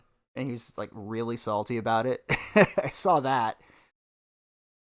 What happened to Davey Crocco? I have no idea, man. For a while, I was kind of just... Every once in a while I go, I wonder what Davey's up to. I gotta check in and just to see what newest account got banned, what new service he's on, what the new thing he's doing. As far as I can tell, nothing worthy of taking note. Let's see. Talk about PPP shitting his pants. Did that actually happen? This is the first I've heard about it. Ramsey Paul going to bowl with Ralph. That's if they still have the event, dude. I don't know. What is it? April 2nd or 3rd? That's far ways away. A week in Ethan Ralph time, anything could happen, dude. That's what makes Ralph like the alpha locale. He's the best because you never know what you're gonna get with Ralph. You see, it was never what you're gonna get on the kill stream. You never know what you get with Ethan Ralph. Every new thing, it's a new day, a new fucking bridge to be burned, another Spurg out, another fucking him driving down the road. Like, I'm not sure if you guys have seen this, but he was on his way to. It's funny how all this turned out because I remember back when like I was talking to people who were on the show and I was on the show occasionally myself. I remember Nick, he hated Fuentes. They had like pseudo blood sports themselves where they're like, okay, well, let's just check in with each other 3 years from now and see how we're doing. And how are we doing? He's basically Nick's bitch now. But anyway, in this America First convention that he drove to, he's like brake checking semis on the road. Like, he could have caused and been a part of a multi-car pileup because he needed to flex on some random trucker on the road with his pregnant girlfriend next to him on. You know what I mean? Like, driving down the highway on the side of the road doing like 80, 85, 90, maybe even, probably faster than that, to be honest. I think that's a conservative estimate. Like, you never know what you're going to get with this guy. He lives fast. He lives, like, all of the consequences of living, like, an outlaw life, like he says, but with none of the benefits. And I'd say it's not even so much that he's a loathsome human being, But the lack of giving a fuck what destroys his life. It is full on nosedive as fast as possible. And he's like, there's something about that I can't turn away from. It's like every week you're like, all right, dude, clearly the sex tape was released. Nothing's going to top this. And then next thing you know, it's like every fucking day a new thing happens. And you go, how do you keep up like this? Like, how do you keep finding new parts of your life to destroy? It's quite impressive to be honest with you. Oh yeah, then the car crash too. Like it's nonstop with him. Yeah, I saw Sebastian say Ralph has the proportions to survive a car crash. Looked like his body was rotting off too, because it was bad, man. Yeah, I saw that too. Gator's completely defect. I mean, I actually briefly spoke with Gator right after his defection. I was on Flamenco stream. And I had to ask, bro, you got to give me your hot take on the fucking Kid Diddler hat. That's all I care about right now is hearing you tell me, like, explain to me trying to help that PR disaster, like to mitigate that crisis where your fucking host just wore a hat. This is Kid Diddler with a smile and a thumbs up. Like, that on its own does more damage to anything than any A-log could ever do. Brilliant. Just such a... Nobody A-logs Ralph like Ralph. He's the best. He's the best at fucking with himself. No one could... Like, the rest of us, we're just kind of like, gossiping in or wherever, a Discord or a fucking Twitter DM or on fucking Gateway Farms. Everyone's just gossiping. And it's like, these motherfuckers think they can fuck with me. Well, watch this.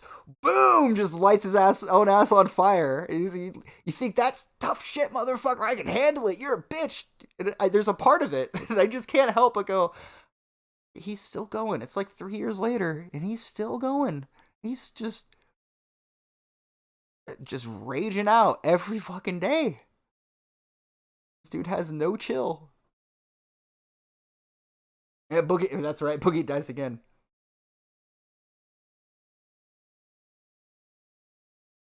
Oh, yeah, and his Twitter DMs, Gators, him being traumatized by the corner. We were all traumatized, to be fair, man.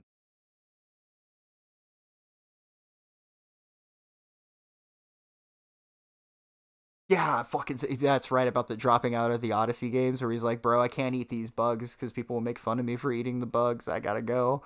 But, dude, you put a hat on that says Kid Diddler. Like, it's to be fair, it did say Josh Connor Moon is a Kid Diddler. But the Kid Diddler part of that hat is in really big fucking letters. And then when in that picture where he's smiling, it's just zoomed in to all you can... It's so goddamn funny. Like, it's been months. And I still, like, thinking of that image just makes me... want to burst out in laughter, and I'm trying to hold back because the microphone's in my face.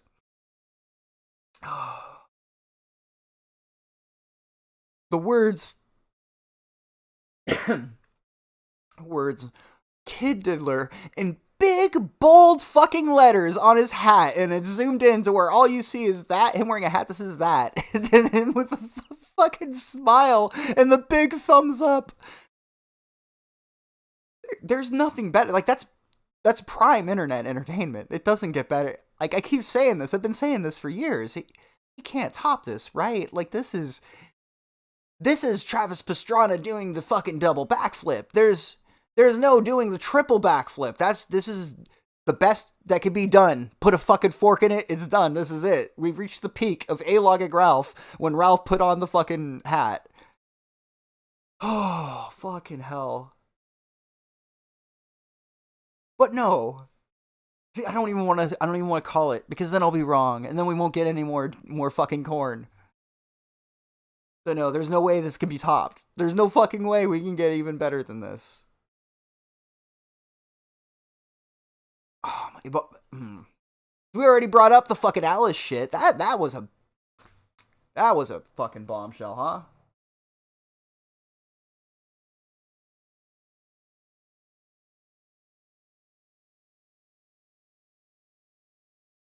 It's really like one of the best pictures that exist on the internet.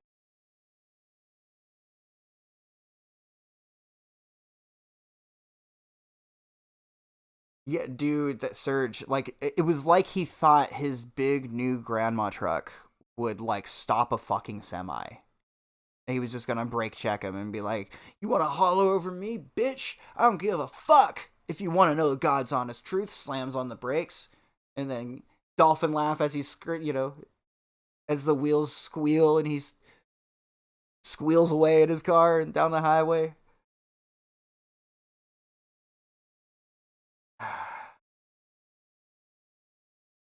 Man, you gotta know, don't fuck around on the road. No one should be driving like that on the fucking road, man. Like, it can be frustrating sometimes, but your ass needs to realize that you're in a horseless carriage listening to music wirelessly from, like, giant rocks in the sky. Maybe chill the fuck out for a second and enjoy the ride. Like, the journey is everything, right? It's about enjoying the process as you make it through life. So, I mean, I'm not even trying to sound stupid philosophical right now, but just to be straightforward, like, if you're not enjoying the ride to wherever you're going, what's even the point? I mean, imagine being so desperate to try to, like, cling onto somebody's internet clout that you would endanger the lives of not only you, but your girlfriend and your unborn child to get there a little quicker. Where, quite frankly, I'm not even saying this to be mean, but it's the truth. None of those people want him around. Every time Ralph tries to, like, attach himself like an unwilling belly onto somebody, they repel. And somebody like Nick, Fuentes really likes having loyal people around, right? He has the same idea of loyalty that Ralph does, which is, I do you a favor, and then you just cover for every little mistake I make. Every little thing, you just ignore it. Take, for example, Nick Fuentes right now, who has Cozy.tv, right?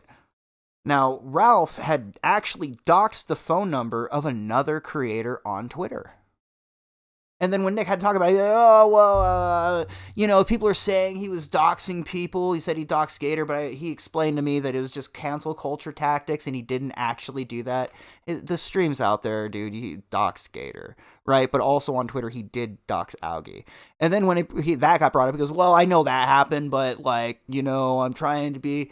No, what it really is people like Nick Fuentes and many others, they have such a small IRL social circle, and all they've ever really wanted in life is to be at the top of a social circle.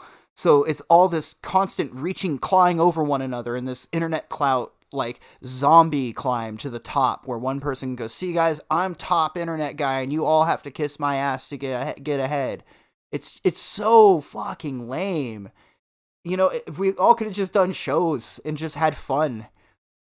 And, but that's not really the fun. The fun is watching the decline of all these oversaturated, undeserved egos crumbling apart as they thought that they were much greater than those around them, when in fact the opposite was true. I really should have gotten that fifth earlier, guys. I would be blacked out playing this guitar right now.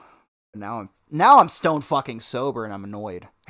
I'm like, I didn't get enough to hold the buzz. Dude, I fucking called it, too. I said this will last me until 3 a.m. Hindsight's 2020.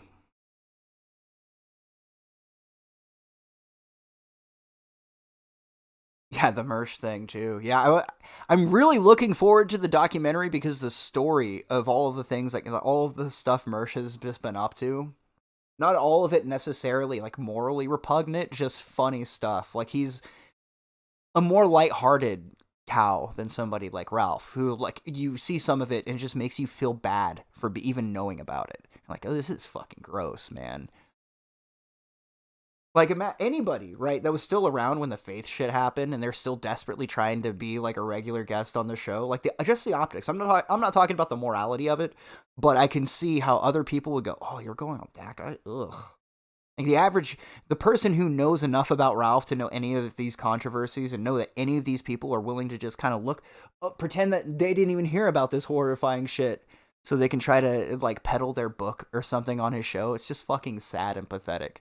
Like, God forbid, people might actually respect you for having a principled stance and saying you don't want to have anything to do with these fucking weirdos. That might actually get you a little bit more respect than sucking it up and spending 3 hours while a pig in sunglasses who looks like a battered wife like cuts you off every 5 seconds to read out or to let a text-to-speech donation read out with a donation sound that nearly pierces the ears rather of every person listening. A little too specific, eh? Dude, and Mark Collette's like the worst guest. I've never seen Mark Collette on a good fucking kill stream.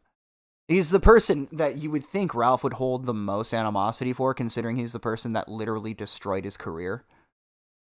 But because this is how much people really do it for the ass pats. They really just want somebody to kiss their ass. You can take all their money, all their, clout away, and as long as they got Mark Collette that still tells him he's a cool guy and, he's doing a lot to help advance white advocacy. Stupid shit like that, and they believe it. Not realizing that this guy just wants to be popular, and he doesn't care about any of this. And even if he did, who cares? But man, Mark Collette is just pure fucking, Ambien personified.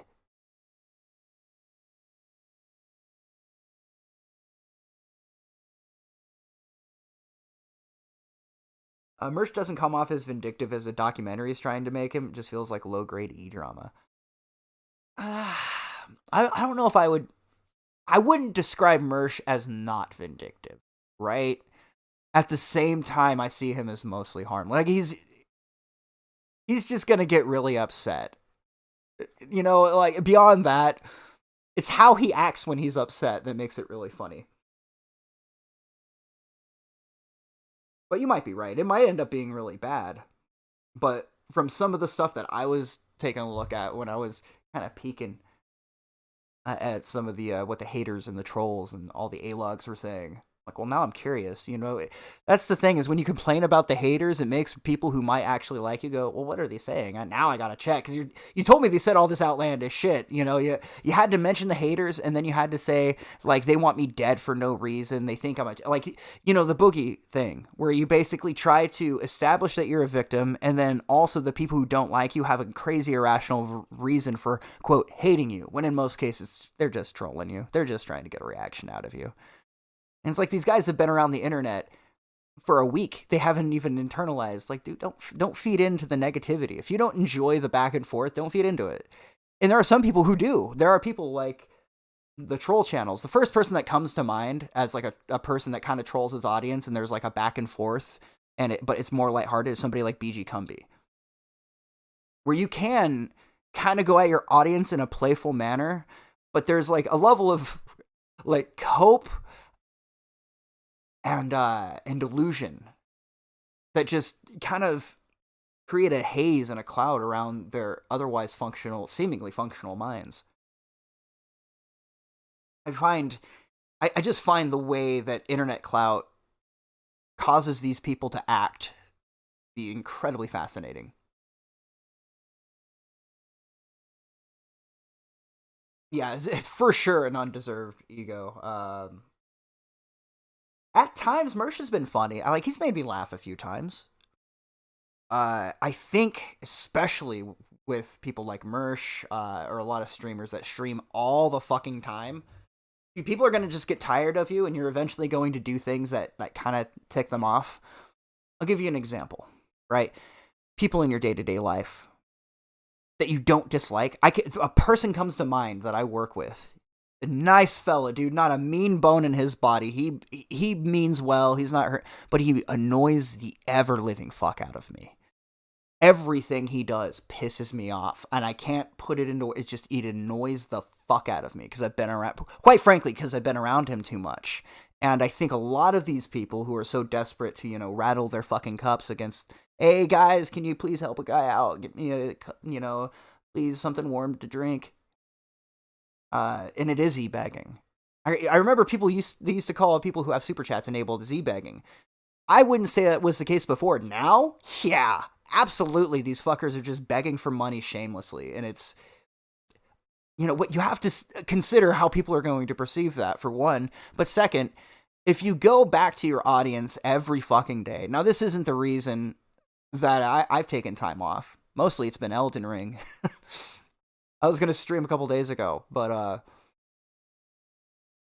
you keep going back to the well, the water isn't going to be full. You know, people don't have an infinite amount of money to give to you. And if you're not growing your audience constantly and you're only doing it for the money, you're basically just milking the same few people with the same income that they have over and over again. And it's not sustainable in the long term. And so there are ways, right? If there are people out there that make a successful internet career, for lack of a better word, right? There are tons of channels, like doing the political commentary thing. You guys, it's just as easy. You know how easy it is to have multiple YouTube accounts that have tens of thousands of subscribers that don't have any voiceover work that you can just run ads on, right? Like Memology is the one that made me think about it. I'm like, dude, I could just pump out like low effort news commentary with text over screen, just the synthwave background and the guy walking, and then like font that's the default font. He didn't even pick a nice looking font or design it or put 5 minutes into it to make it look good. Just put some copyright free fucking music, and then an article, a picture of an article going, this happened today. Here's the video clip, and here's their reaction. You can make a fuck ton of money. And that's just not if you're doing commentary. You can do videos. Say you're really into cooking, right? You don't even have to connect it to Mersh or Ralph or whatever. You just make a new channel. Like, this is going to be a new thing that I'm working on. No one's going to know it's me. It's going to be me cooking food and preparing food or building something that I'm into, indulging in a hobby. You know, this little niche corner of the internet is only so large. And it's probably getting smaller over time because it's dying. I mean, shit, right now, we have about half of what's normally here. Of course, I went on very, very short. It was like 20 minutes short notice. You know, it's just like, you know what, fuck it, we're doing this now. You know, for people who seemingly care so much about the money coming in and caring so much about their view counts, it seems so odd to me that more of them haven't picked up a hobby or created just a whole nother, like a pseudonym. Throw your voice, maybe use a voice changer, or just change your style enough or evolve it to where it's indistinguishable from the thing you were before. Start off entirely fresh. People can only discover you for the first time once. And the first impressions are a lasting impression. Anyway, just something that was rattling off in my head. And don't even narrate it.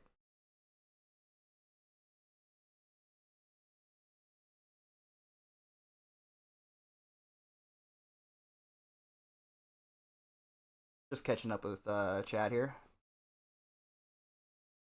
You can deepfake your own voice fairly convincingly with free programming. Oh, I might have to check that out. That could be a fun project.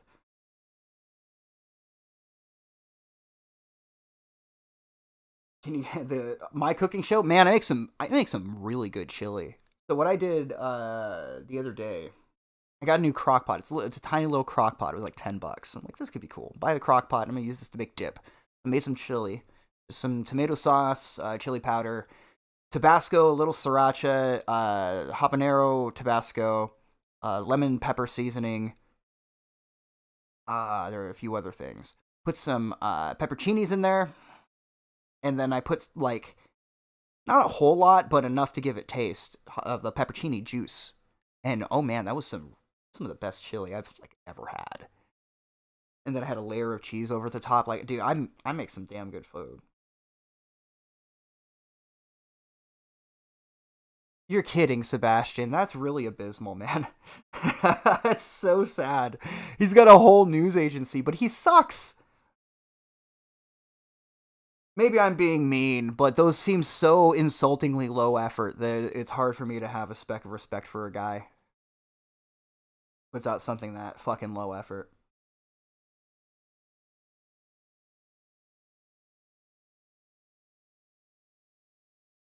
Yeah, I mean, but some things it's fun to just complain about. But is it a midnight crockpot? That's the question, right? That's the question we're all asking.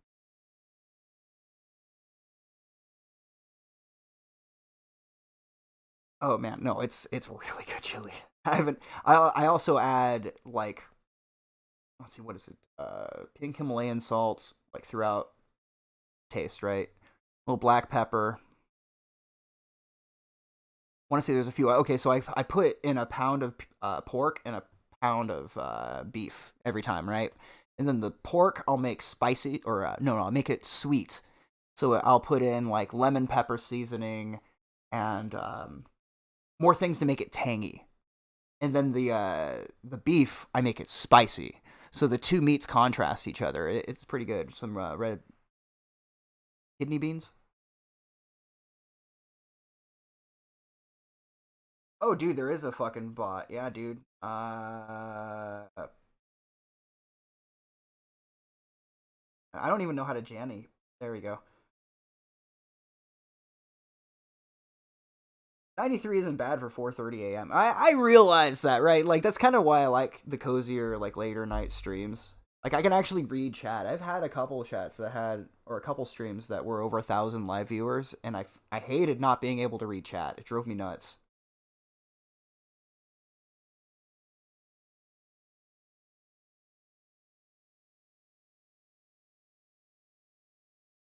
Yeah, dude, it's good. I used to only go with one, and I work with this chick that was telling me, no, man, you need to put beef and put some like breakfast sausage in there, and then do regular ground beef. I'm like, that's crazy. And then I started experimenting with that. I'm like, well, let's try this type. Okay, now let's try it with the maple. I didn't like that. Well, let's just try this type of ground sausage from this place. And like after enough like trial and error, I got it down just to how I like it. That's kind of why I like it, is because it's hard to fuck up chili, because no matter what, I'm eating it. That's what's happening, is I'm eating this fucking food, period. Not it being undercooked or something, and then me trying to salvage it. No, dude, you just eat your chili. Yeah, man, those were the good old days. I'm really hoping I can make it as a dishwasher, though. I'm gonna apply myself real hard. Wear a suit and tie, look that man straight in the eye, firm handshake. Tell him I've been living to let inanimate objects experience a level of sanity they never have before. Yeah, dude, like the maple flavored breakfast sausage in chili is better than you would think.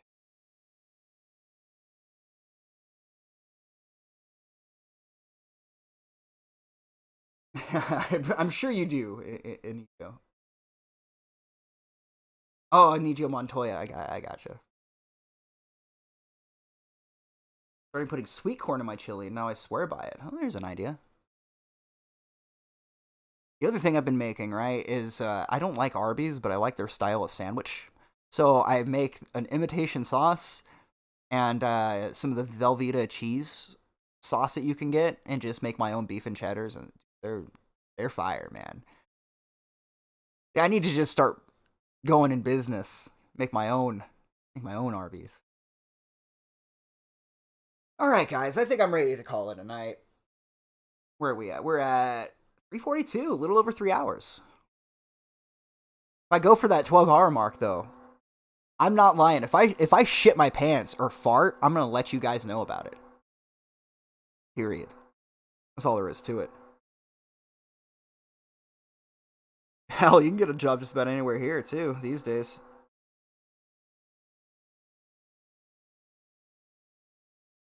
When's the next show? I would like to start making something regular, right? So let's go for Wednesday. I'm going to plan for Wednesday. If you don't hear from me, it won't be happening. But let's go for Wednesday, and we'll play it by ear. I might do a more earlier, because a lot of the people from like the East Coast that aren't up as late, sometimes they like the earlier streams. It's been a while since I've done one of those. So I might do something on my days off, find a thing to talk about, maybe another z-Celeb drama, fucking trash fire yet again. So with that, I'll bid you all a good night.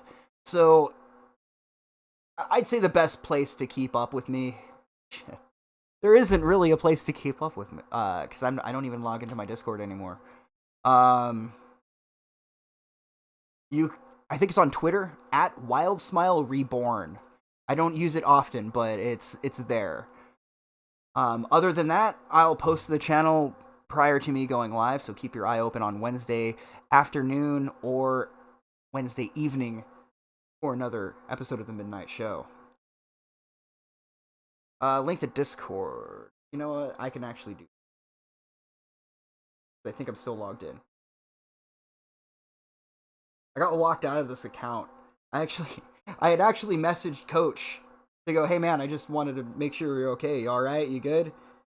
And he did get back to me. He wanted to do a stream, but that was a while ago, so.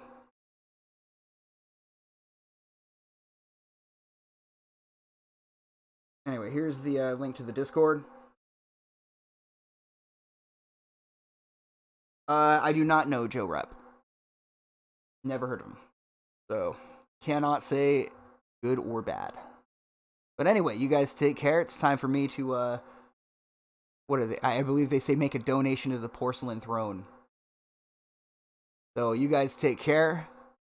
Have a good night. Enjoy your Sunday mornings, afternoons, and evenings. And we'll see you on the next episode of The Midnight Show. Take care, everybody.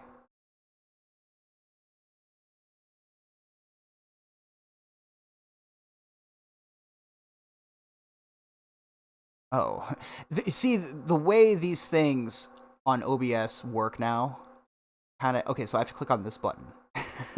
They keep changing it every time I stream. I mean, I guess it's my problem for, it's kind of my fault for, spending so much time away. But I'll see you guys next time. Take care, everybody. Have a good night.